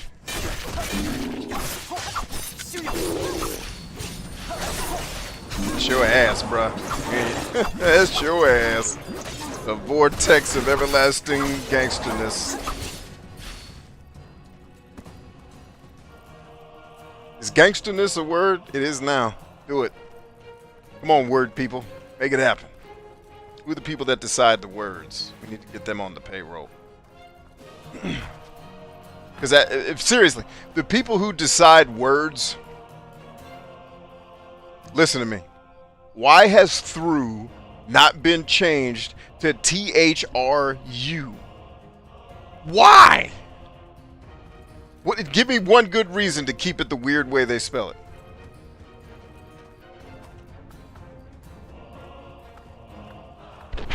慢着，将军有令，务必紧盯入口，你们可别再摸鱼了。这里头真有将军要找的东西吗？我怎么看都觉得是艘破船。你有见过这么大的破船吗？将军怎么说，你们就怎么做，问这么多做甚？是。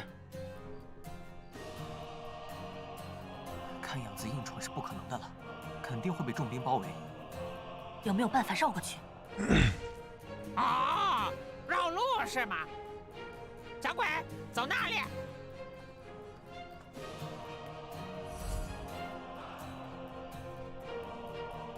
Well, and I'm not an English guy, so forgive me for what I'm about to say, English majors. But isn't English just a bastardization of a bunch of other languages kind of hobbled together? Like, our language isn't even really ours. Like, it's a like, so much of it is French. And then, you know, what? But I guess you could probably say that about most languages being derivative of something else. This is a weird place to put a loading screen.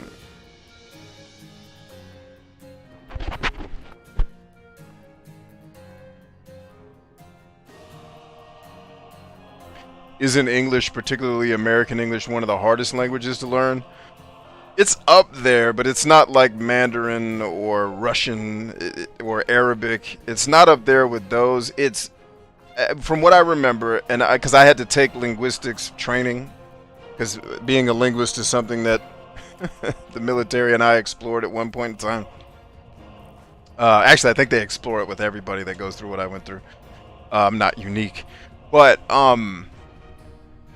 like English, from what I remember, if I even learned it in that class, in that course, was more along the lines of, it's hard to pick up because the rules and the dialects are so diverse and we break all our own rules. Like I mean, obviously English is backwards from a lot of languages. You know, like we say the red car, you know, Latin languages say the car red, etc., etc. But I think it's more along the lines of understanding what one English person is saying versus a different one.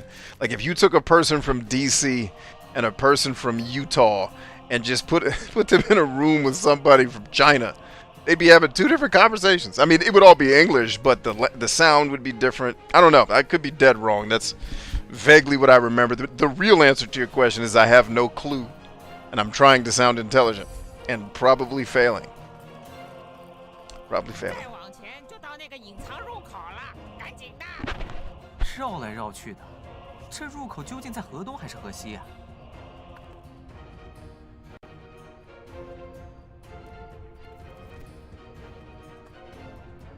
Yeah, no gender with our words. Like, that's... fuck it. Like, that was what killed me when I was learning Spanish. Was, okay, I have to remember it's damela instead of damelo. Like, that's too hard! Pick one! Damn it! I'm lazy in English. I'm a lazy English speaker. Stop this. 小鬼，等会儿，有些不妙。怎么连这儿都有李军啊？李军人多势众，找到此处也是早晚的事。此地守卫人数不多，我们应付得来。哎，不，此处防备松散，太过异常，其中必然有诈，要不就是特别凶险吧。 既然如此，大王可有妙计？没有。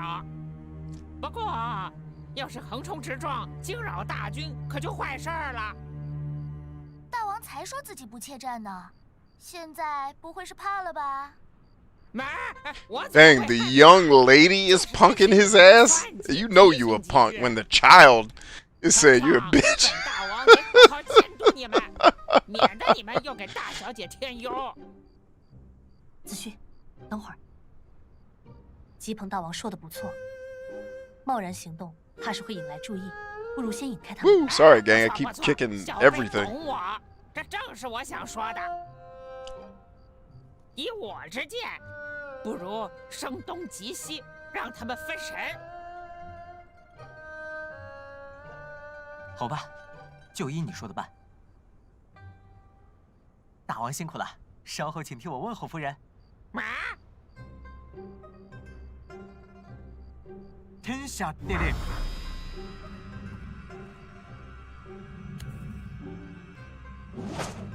I didn't know we were gonna do QTEs. 什么东西？快追！走。 Well done. Yes! And I'm assuming we're just gonna gank their campfire like they're not coming back.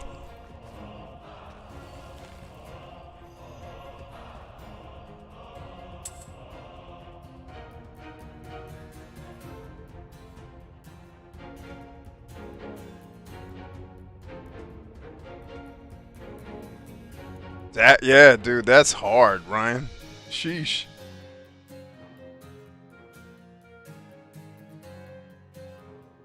But Tristan, what were you tripping about, man? Your team is still fighting to get to the Super Bowl. And frankly, I think has the best chance out of all the teams that were left to beat the Rams. I don't think anybody else was going to do it. I certainly don't think Green Bay was going to beat them. With their up and down silly, you know, they played really, really, really well until it counted. And then Aaron got his ass beat. It's like I was watching the whole game of this dude just getting sacked. You know? The challenge you're going to have is your offense is not playing the Rams. Your offense is playing a defense that can bust your ass. So, I don't know. Aaron Donald and Deebo Samuels is going to be an interesting matchup.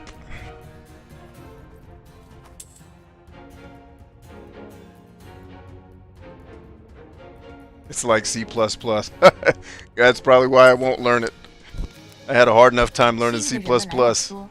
总也会听到一些不知真假的传闻。比如，我便听说过关于女国的故事。谁也不知它确切在哪儿，只知是某座深山中遗世独立之所在。他们世代以2名贤明女子为王共治，即便是王的夫君，也从不问政事。男子在国中只负责征战，其余吏职皆由女子掌管。啊，这倒是和咱们挺像的。微臣对2位圣上可是毕恭毕敬，不敢造次。阿兄这是在暗讽我和红姐姐吧？哎，不，陛下说一，微臣不敢说二。那待会儿若碰上妖魔，便请子旭收拾他们了。我就带上香儿，在一旁欣赏你的英姿了。好啊，红姐姐说了算。你俩怎么就这样说定了？ Ooh, good old Fortran. I remember taking Fortran. Oh, man. And assembly language, all that good stuff. Assembly language class was fun. It was hard, but it was fun just to learn, like, damn, we have come a long ass way from this.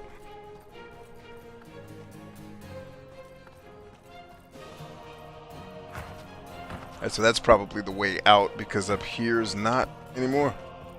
I had to guess. Roger. Alright, I think we good. I think we're good. Now we can proceed to the objective. Make sure I'm not leaving anything behind.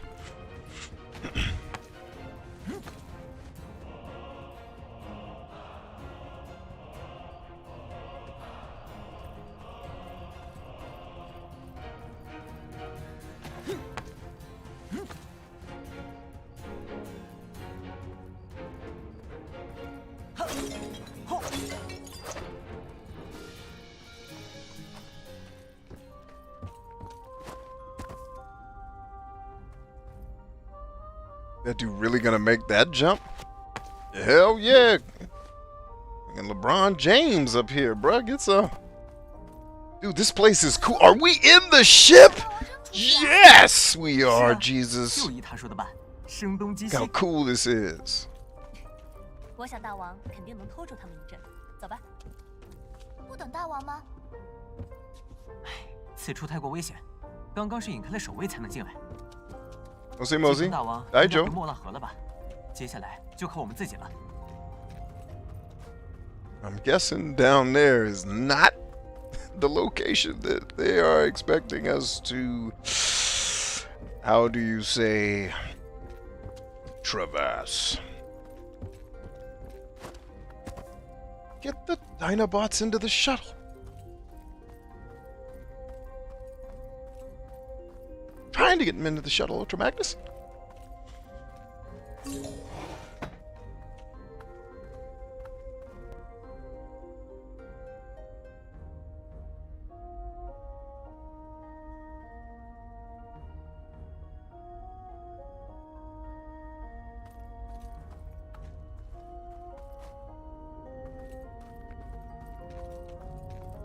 Dude, I haven't written a line of code in so damn long, I don't even know if I'd be able to do it.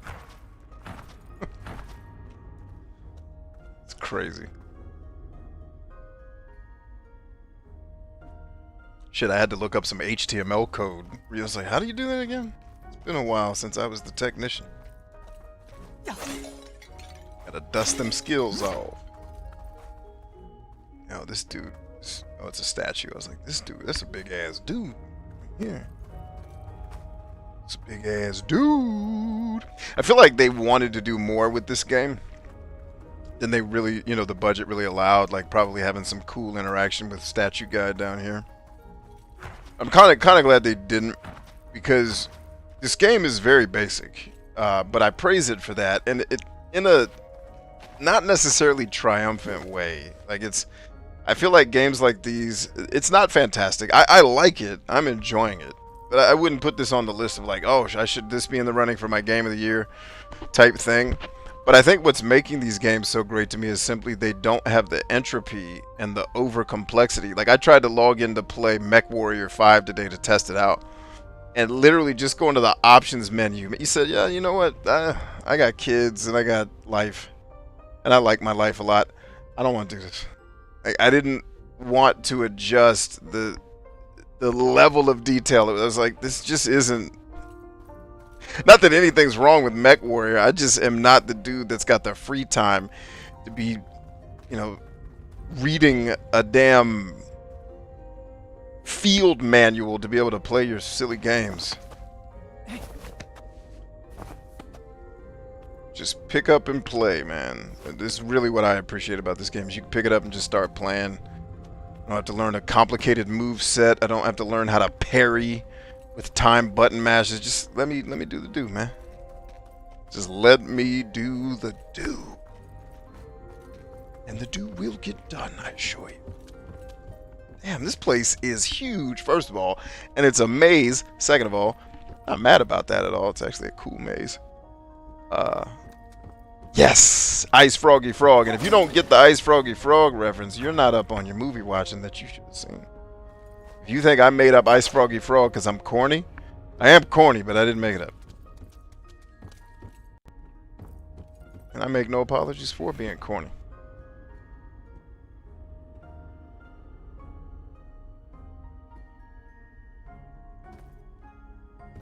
Can I push this thing on somebody? That'd be great.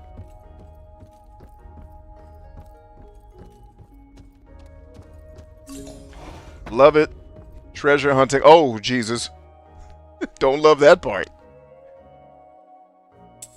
I don't even know where my last save was. How much of this do I have to redo?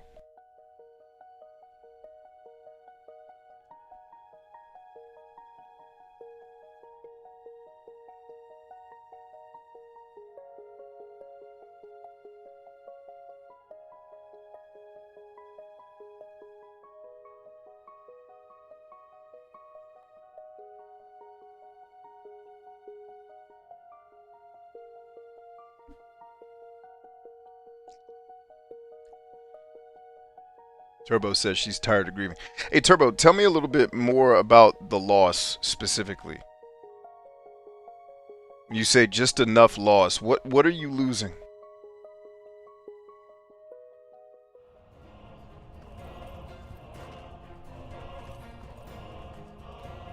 You're not beating a dead horse, Turbo. You're going through shit, and you're asking your teammates to bear the burden with you, right? And you're doing the work. As far as I know, you're doing the work to do it, and you're just letting us know you need a little bit more burden-bearing support, right? Cool. So here's your burden-bearing support. What is the loss that you're experiencing? Describe that for me, please.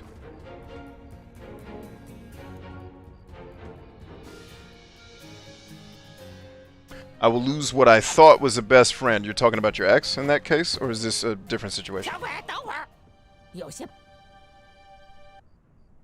Wait a minute. Did I not save at the campfire? Guess not.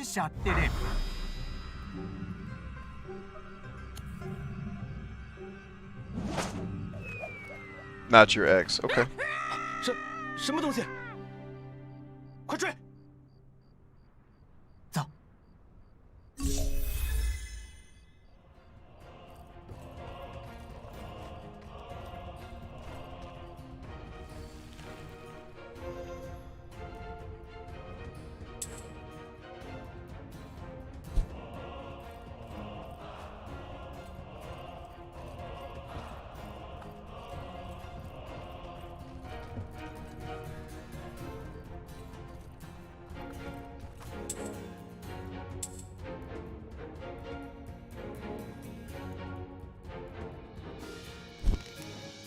西域的人们来往的多，总也会听到一些不知真假的传闻。比如，我便听说，男子在国中只负责政。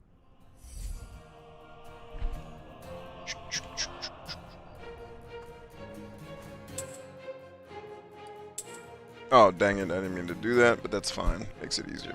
All right. Let's look at these comments right quick. Lost all but 2 friends, and now one is responding not like a friend, and even said, like walking on eggshells around me. I stood up to them tonight, and I'm waiting for the fallout. Okay. Okay. Trevor, would you describe, because you were talking, I'm tired of the laws, the people who you were connected to that were leaving. I'm trying to think of how I want to frame the question.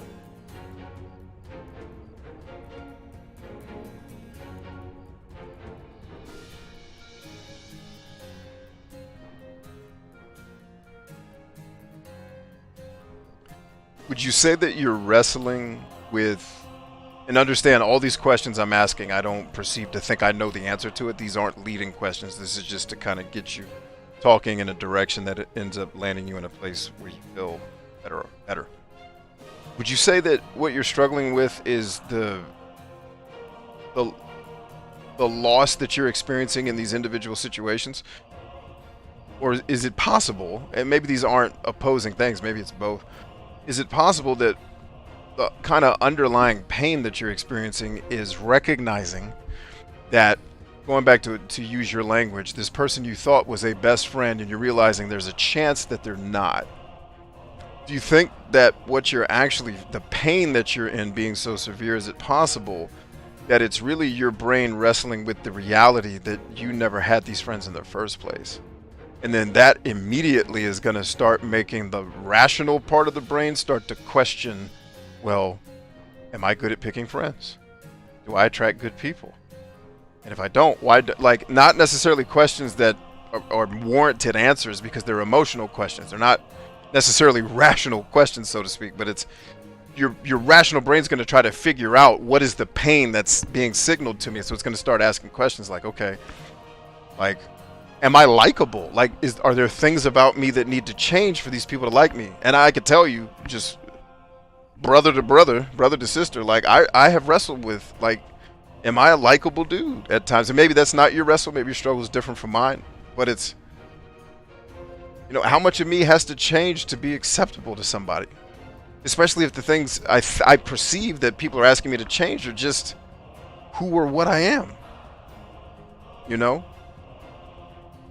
all things that you could be wrestling with. But I wonder if it's not just the individual losses that are hurting you, but the more existential, holy shit, do I have anybody? Like, all these people I thought had my back, I just realized, shit, ain't none of these mofos here. You know? That's a hard thing to face. That's a loneliness that goes beyond not having someone to talk to. It goes to, I mean, that's a biological survival level pain of who's going to have my back if I need it.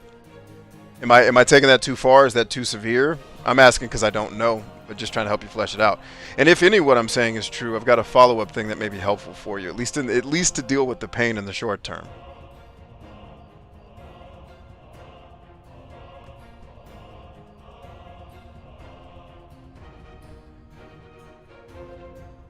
You're missing your youngest birthday and your disabled son's birthday. That's hard. Okay, so, and that on top of all this other loss, right? Yeah.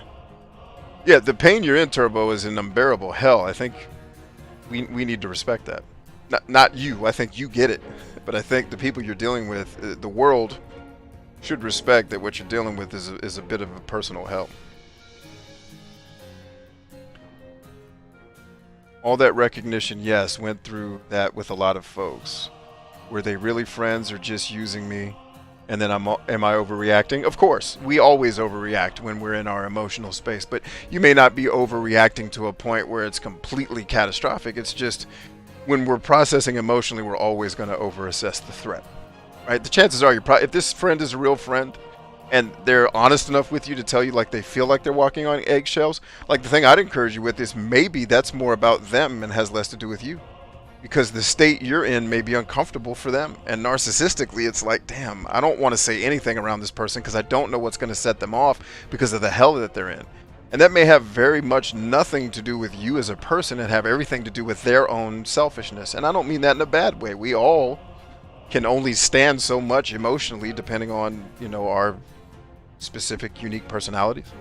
Maybe it's really not about trying to tear you down. Maybe it's like, dude, I don't know, like I've had people in my life like that where it's like, I don't really know how to approach this thing with them because they don't take criticism well. You know, and that's not what they said about you, but that's like I don't know how to, like I want to help the person, but you know, they can be really, really hard to help. And in your current state, I'm sure there are certain things about talking to you that are tough because you're in a dark place. That doesn't make you bad. It doesn't mean you don't deserve to have people that want to listen to you. Just means that might be the reality. And I'm just throwing stuff out. I don't know if any of this is true, but if it helps, cool.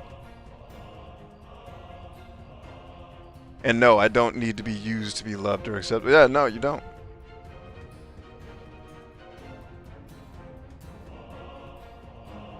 Yeah, and Ryan kind of got to the plumb line of what I was talking about. So I don't even need to say it. Just what Ryan said is where I was going. Like, it's really hard.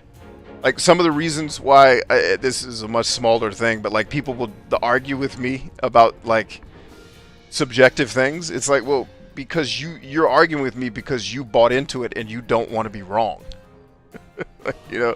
Like, if everyone that was close to you bounced, that's immediately going to make me ask, well, shit, why wasn't I able to detect that everyone around me sucks? That's bad. You know? So,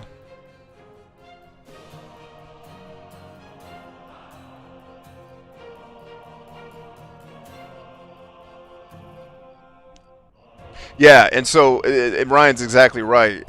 You can ask the question like, damn, why was I bad at identifying that? What's unhealthy is to jump to the conclusion of I am bad at identifying this. Like, it's just, like, especially because I've caught bits and pieces of your story, so I will admit I don't know you that well, and that's okay. But from what I've heard, a lot of what's around you sounds like Machiavellian, manipulative, narcissistic type people. Fixers usually attract that. So it just seems like people who abused you, not your friends necessarily, but definitely in your relationship situation, people who abused you and then got mad at you for being upset about it. That's vile narcissism. You know, that was my relationship with my mother in the early stages of my life, where she would do something hurtful, And then I would speak up about it, and then I was evil for, like, wait a minute, I'm not trying to say you're Hitler, lady. I'm just trying to say that shit you did hurt, and maybe not do that. And then I'm the evil person for bringing up the fact. Why would you? I don't know. I'm 6. I'm not good at this life shit yet, you know. So I think some of what you're going through is just recognizing your own power and realizing that, hey, I'm a valuable person that deserves to be loved, and I'm not going to accept manipulative people. I'm not going to accept somebody's oppression and manipulation just so I can feel wanted. I'm not even going to say love because it ain't love. Just so I can feel wanted, not giving myself to this other shit. Right?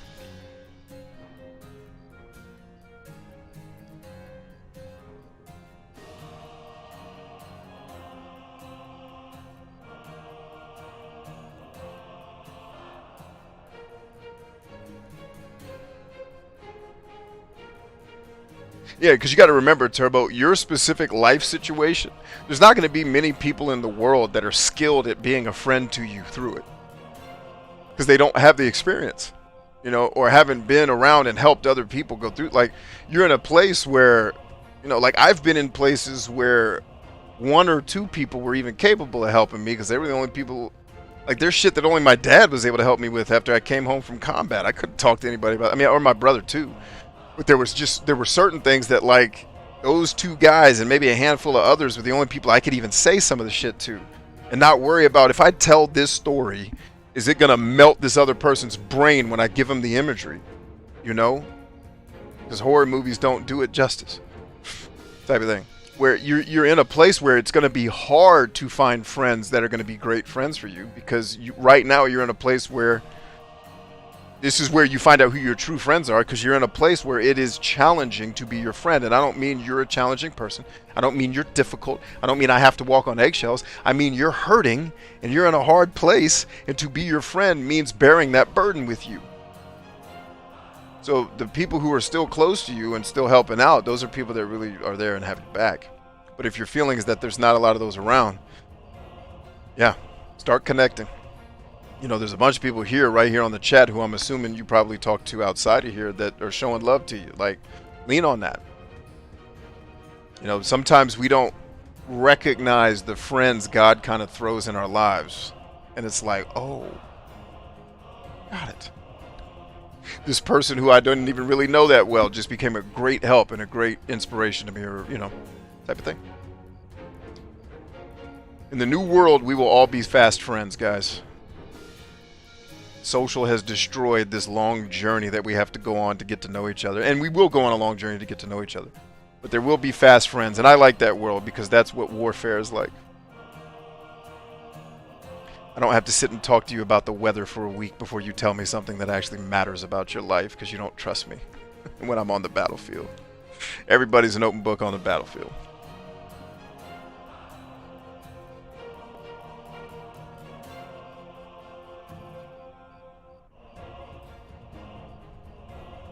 And the thing I'll encourage you with, Turbo, too, is if you do have to stand alone for a short time, you better know this. You are strong enough to do it. So don't let the fear get you either. Like, if for whatever reason you had to stand alone for a half a second, you do it. You're strong enough. Like, if the fear is, oh my God, all these people I thought were friends don't have my back, good. Good. I'm glad I found out now and not 20 years from now. Now let me go build something and turn myself into something awesome, because when I do that, every time I do that, other awesome people get attracted to me. Period. It's never failed. You know, and that's what you're like. I'm not telling you to go do that. I am observing that appears to be what you are doing. So just keep going and recognize the fact that you're tired. You're also not 22 years old, so you're going to be emotionally and physically more tired easily. So you got to manage that. You got to get your rest. You got to eat right. You know, you got to take care of yourself.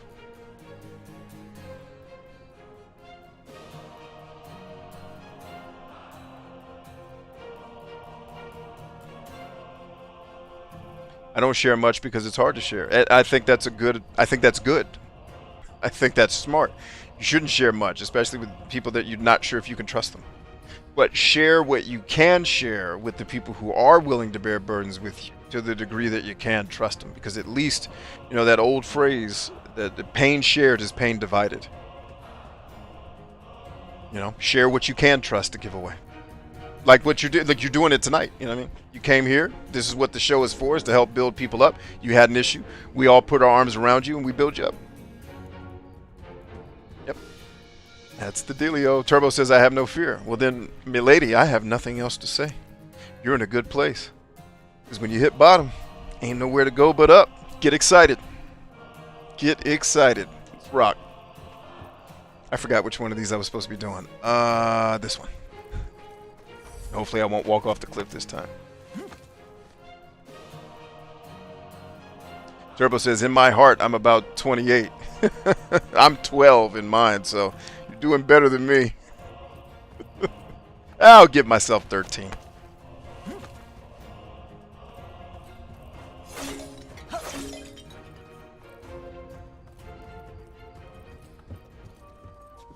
Yeah, but please don't feel like you're coming here beating dead horses, Turbo. You are hurting and processing the hurt, and you need friends to help you do it. What the hell else are we doing? You know, and don't mistake when I say we're not going to come in here. Like, I don't know that you're doing this, but if, like, when I say we're not going to come here and bitch about our problems, and no, that's not bitching. That is coming and sharing. Hey, I'm hurting. Can I get an oxygen tank? Right, that's different. Sharing your pain is different than just coming and bitching about it. Because if it was just bitching, you'd be in here complaining about everybody else. You didn't do that. You came here and said, I'm looking for what I need to do to make this right, and I don't know how to exactly weather the storm.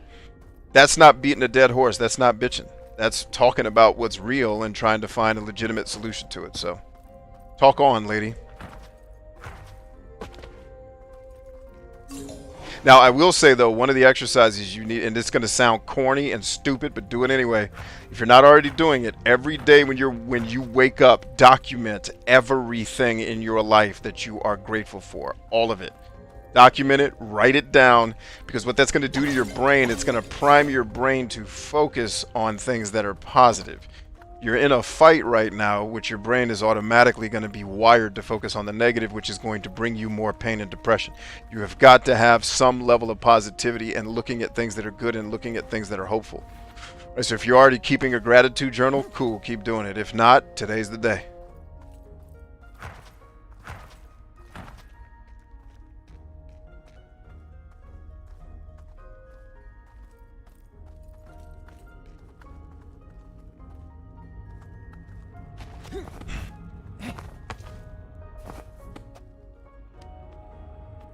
You know, and always bear in mind, gang, I'm doing the best I can to understand what you mean in your comments. I'm going to get it wrong, probably a lot. Chalk that up to me just being ignorant and not making assumptions about you. If I say something wrong, just correct me. It's just because I'm doing the best I can to understand what YouTube is allowing you to have the characters to write. You know, like what happened with Ryan earlier. He gave a whole thing that I gave a 7-minute rant to, and he was like, dude, that's not what I was saying. I said this. Oh, okay, cool. I stand corrected. Easy fix.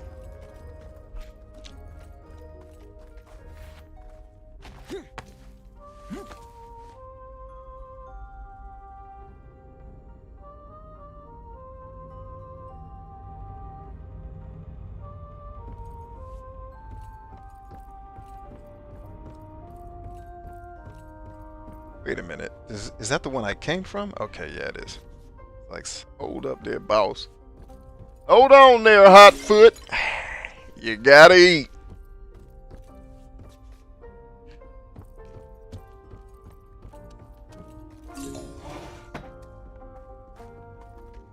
Ooh, 2 treasure chests in one place. That's Jesus right there. Thank you, Jesus.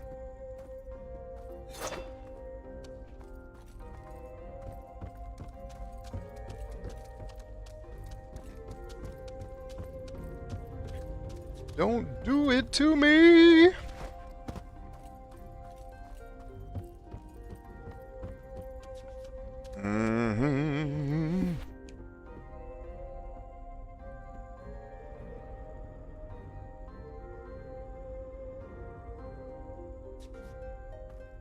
Now I had the time of my life, and I never felt this way before. Yes, I swear.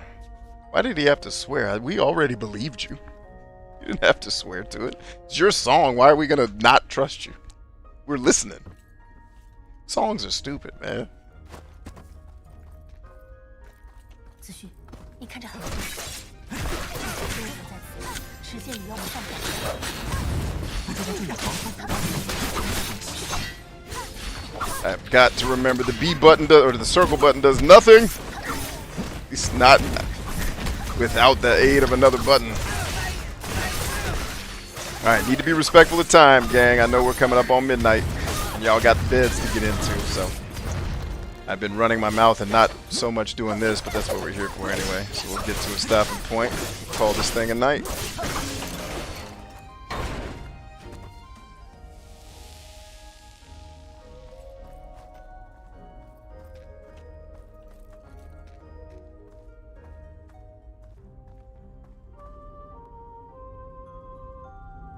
Hunter's in the house. What's up, homie?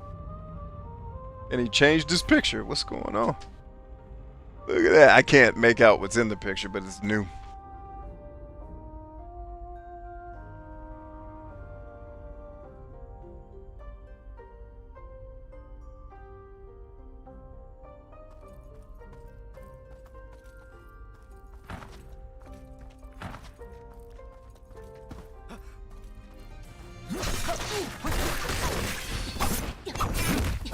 Man, that dude's defense beat. You're like, what?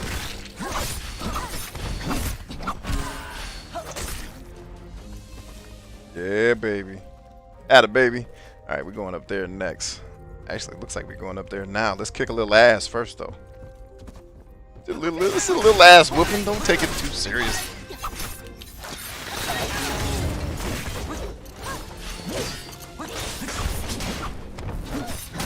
Hey, who threw that fireball? Get the... I told y'all to kill the mages first. I guess maybe I should just kill the mages first. Stop barking out orders and just do it myself. And this thing is running for its life. Come here and take this ass whooping that you need.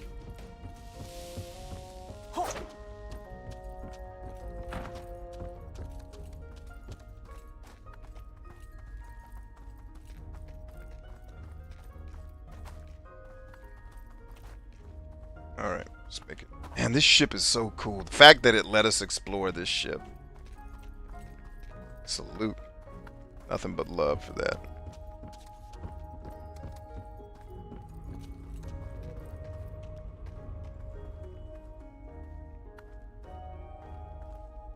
It's you and pigtails. Uh-oh. I didn't know you rocked the pigtails. Cool.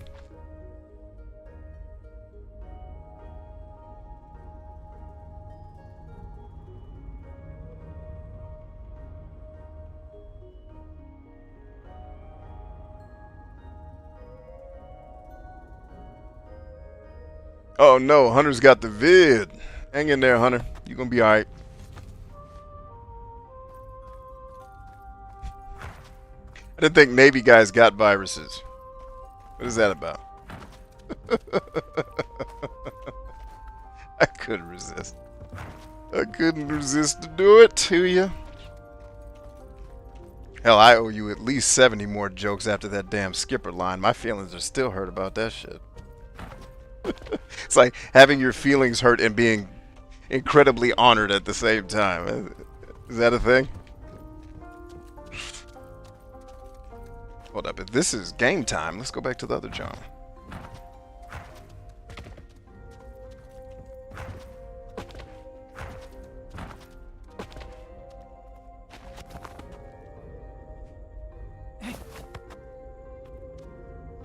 Well, except the ones you guys catch when you're on shore leave.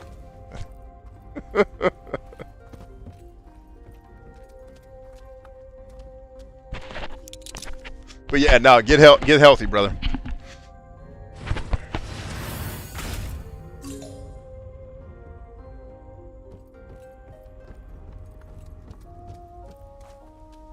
So if I jump to that one, does he die? And I have to start all over? Or can I trick the system and do what I'm trying to do? We're going to try. And it worked! Hallelujah, Jesus. Oh, you didn't trick no system, ho-ass ho. You just jumped down to where you were before. So let's make sure I didn't miss anything while I was up here. He says, don't make me laugh at hers. I feel you, bro. I'll go easy on you. I'll go easy on you. But yeah, man, get healthy. Get all that vitamin L and vitamin J and all them. Oh, shit. Oh, crying out loud. Just grab the ladder, man. Oh, lordy. Oh, lordy. All right, well, we'll end there. We won't make it. We'll come back to the ship on our next Xuan-Yuan stream. I'm also going to look up how far we are into the game, because I think we're getting somewhat close to the wrapping this thing up. I need to take a look. It looked like a suicide. Well, oh man, it was certainly I guess an unintentional one. Is that possible? No, I don't. I think by definition that can't be possible. So it dumped me here. Where is here? Actually, it looks like I'm gonna have to keep playing because here is not a save point.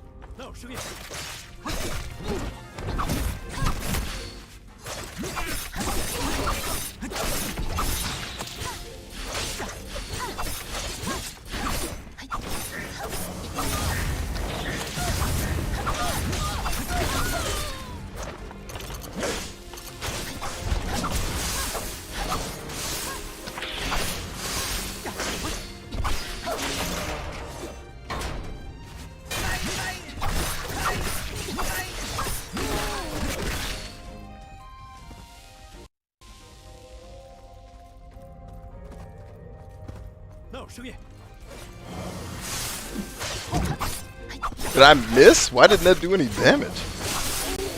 Guess I missed.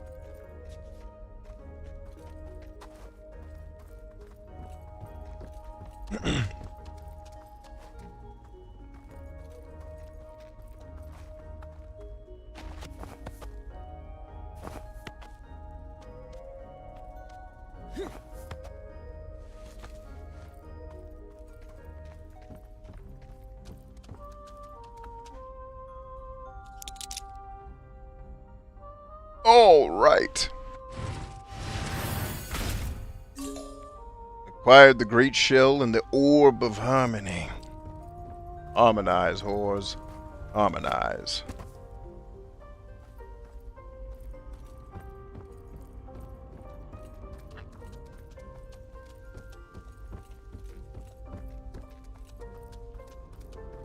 Oh, we in here killing, ho!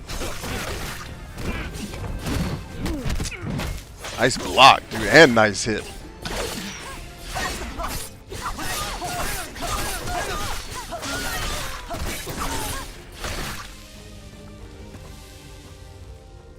Dang.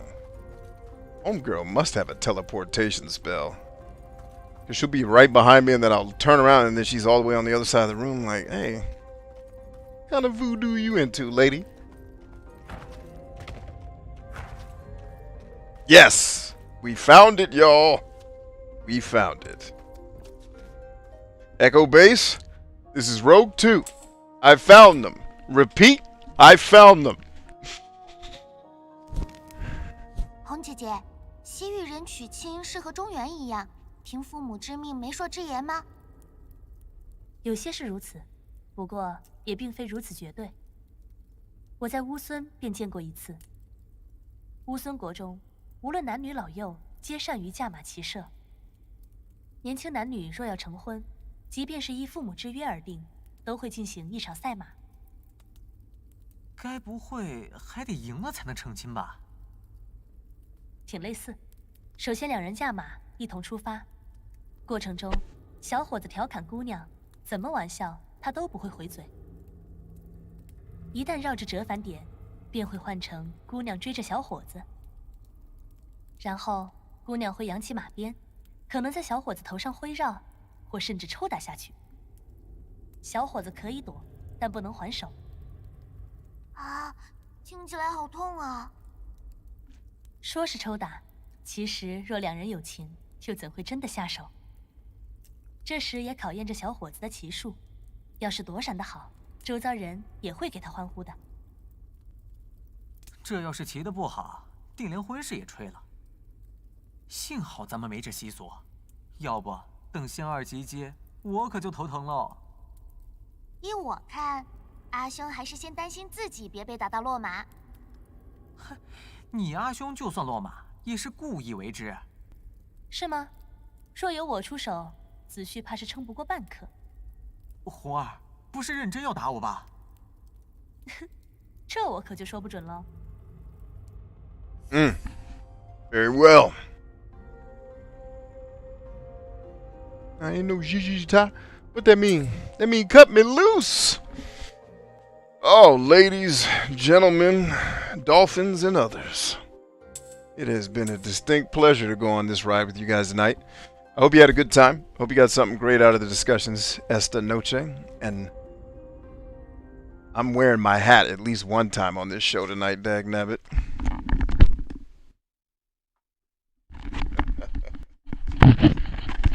Oh, well, that's the end of that, I guess. That's how long I'm wearing my hat for. And make sure I didn't miss any comments.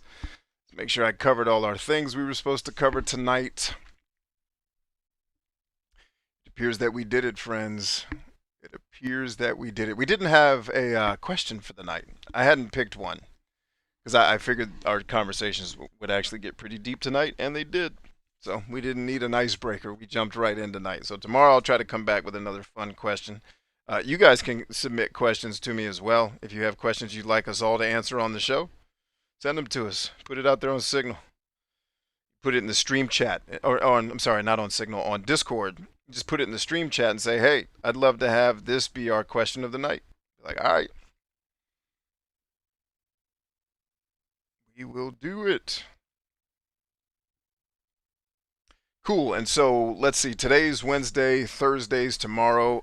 I should,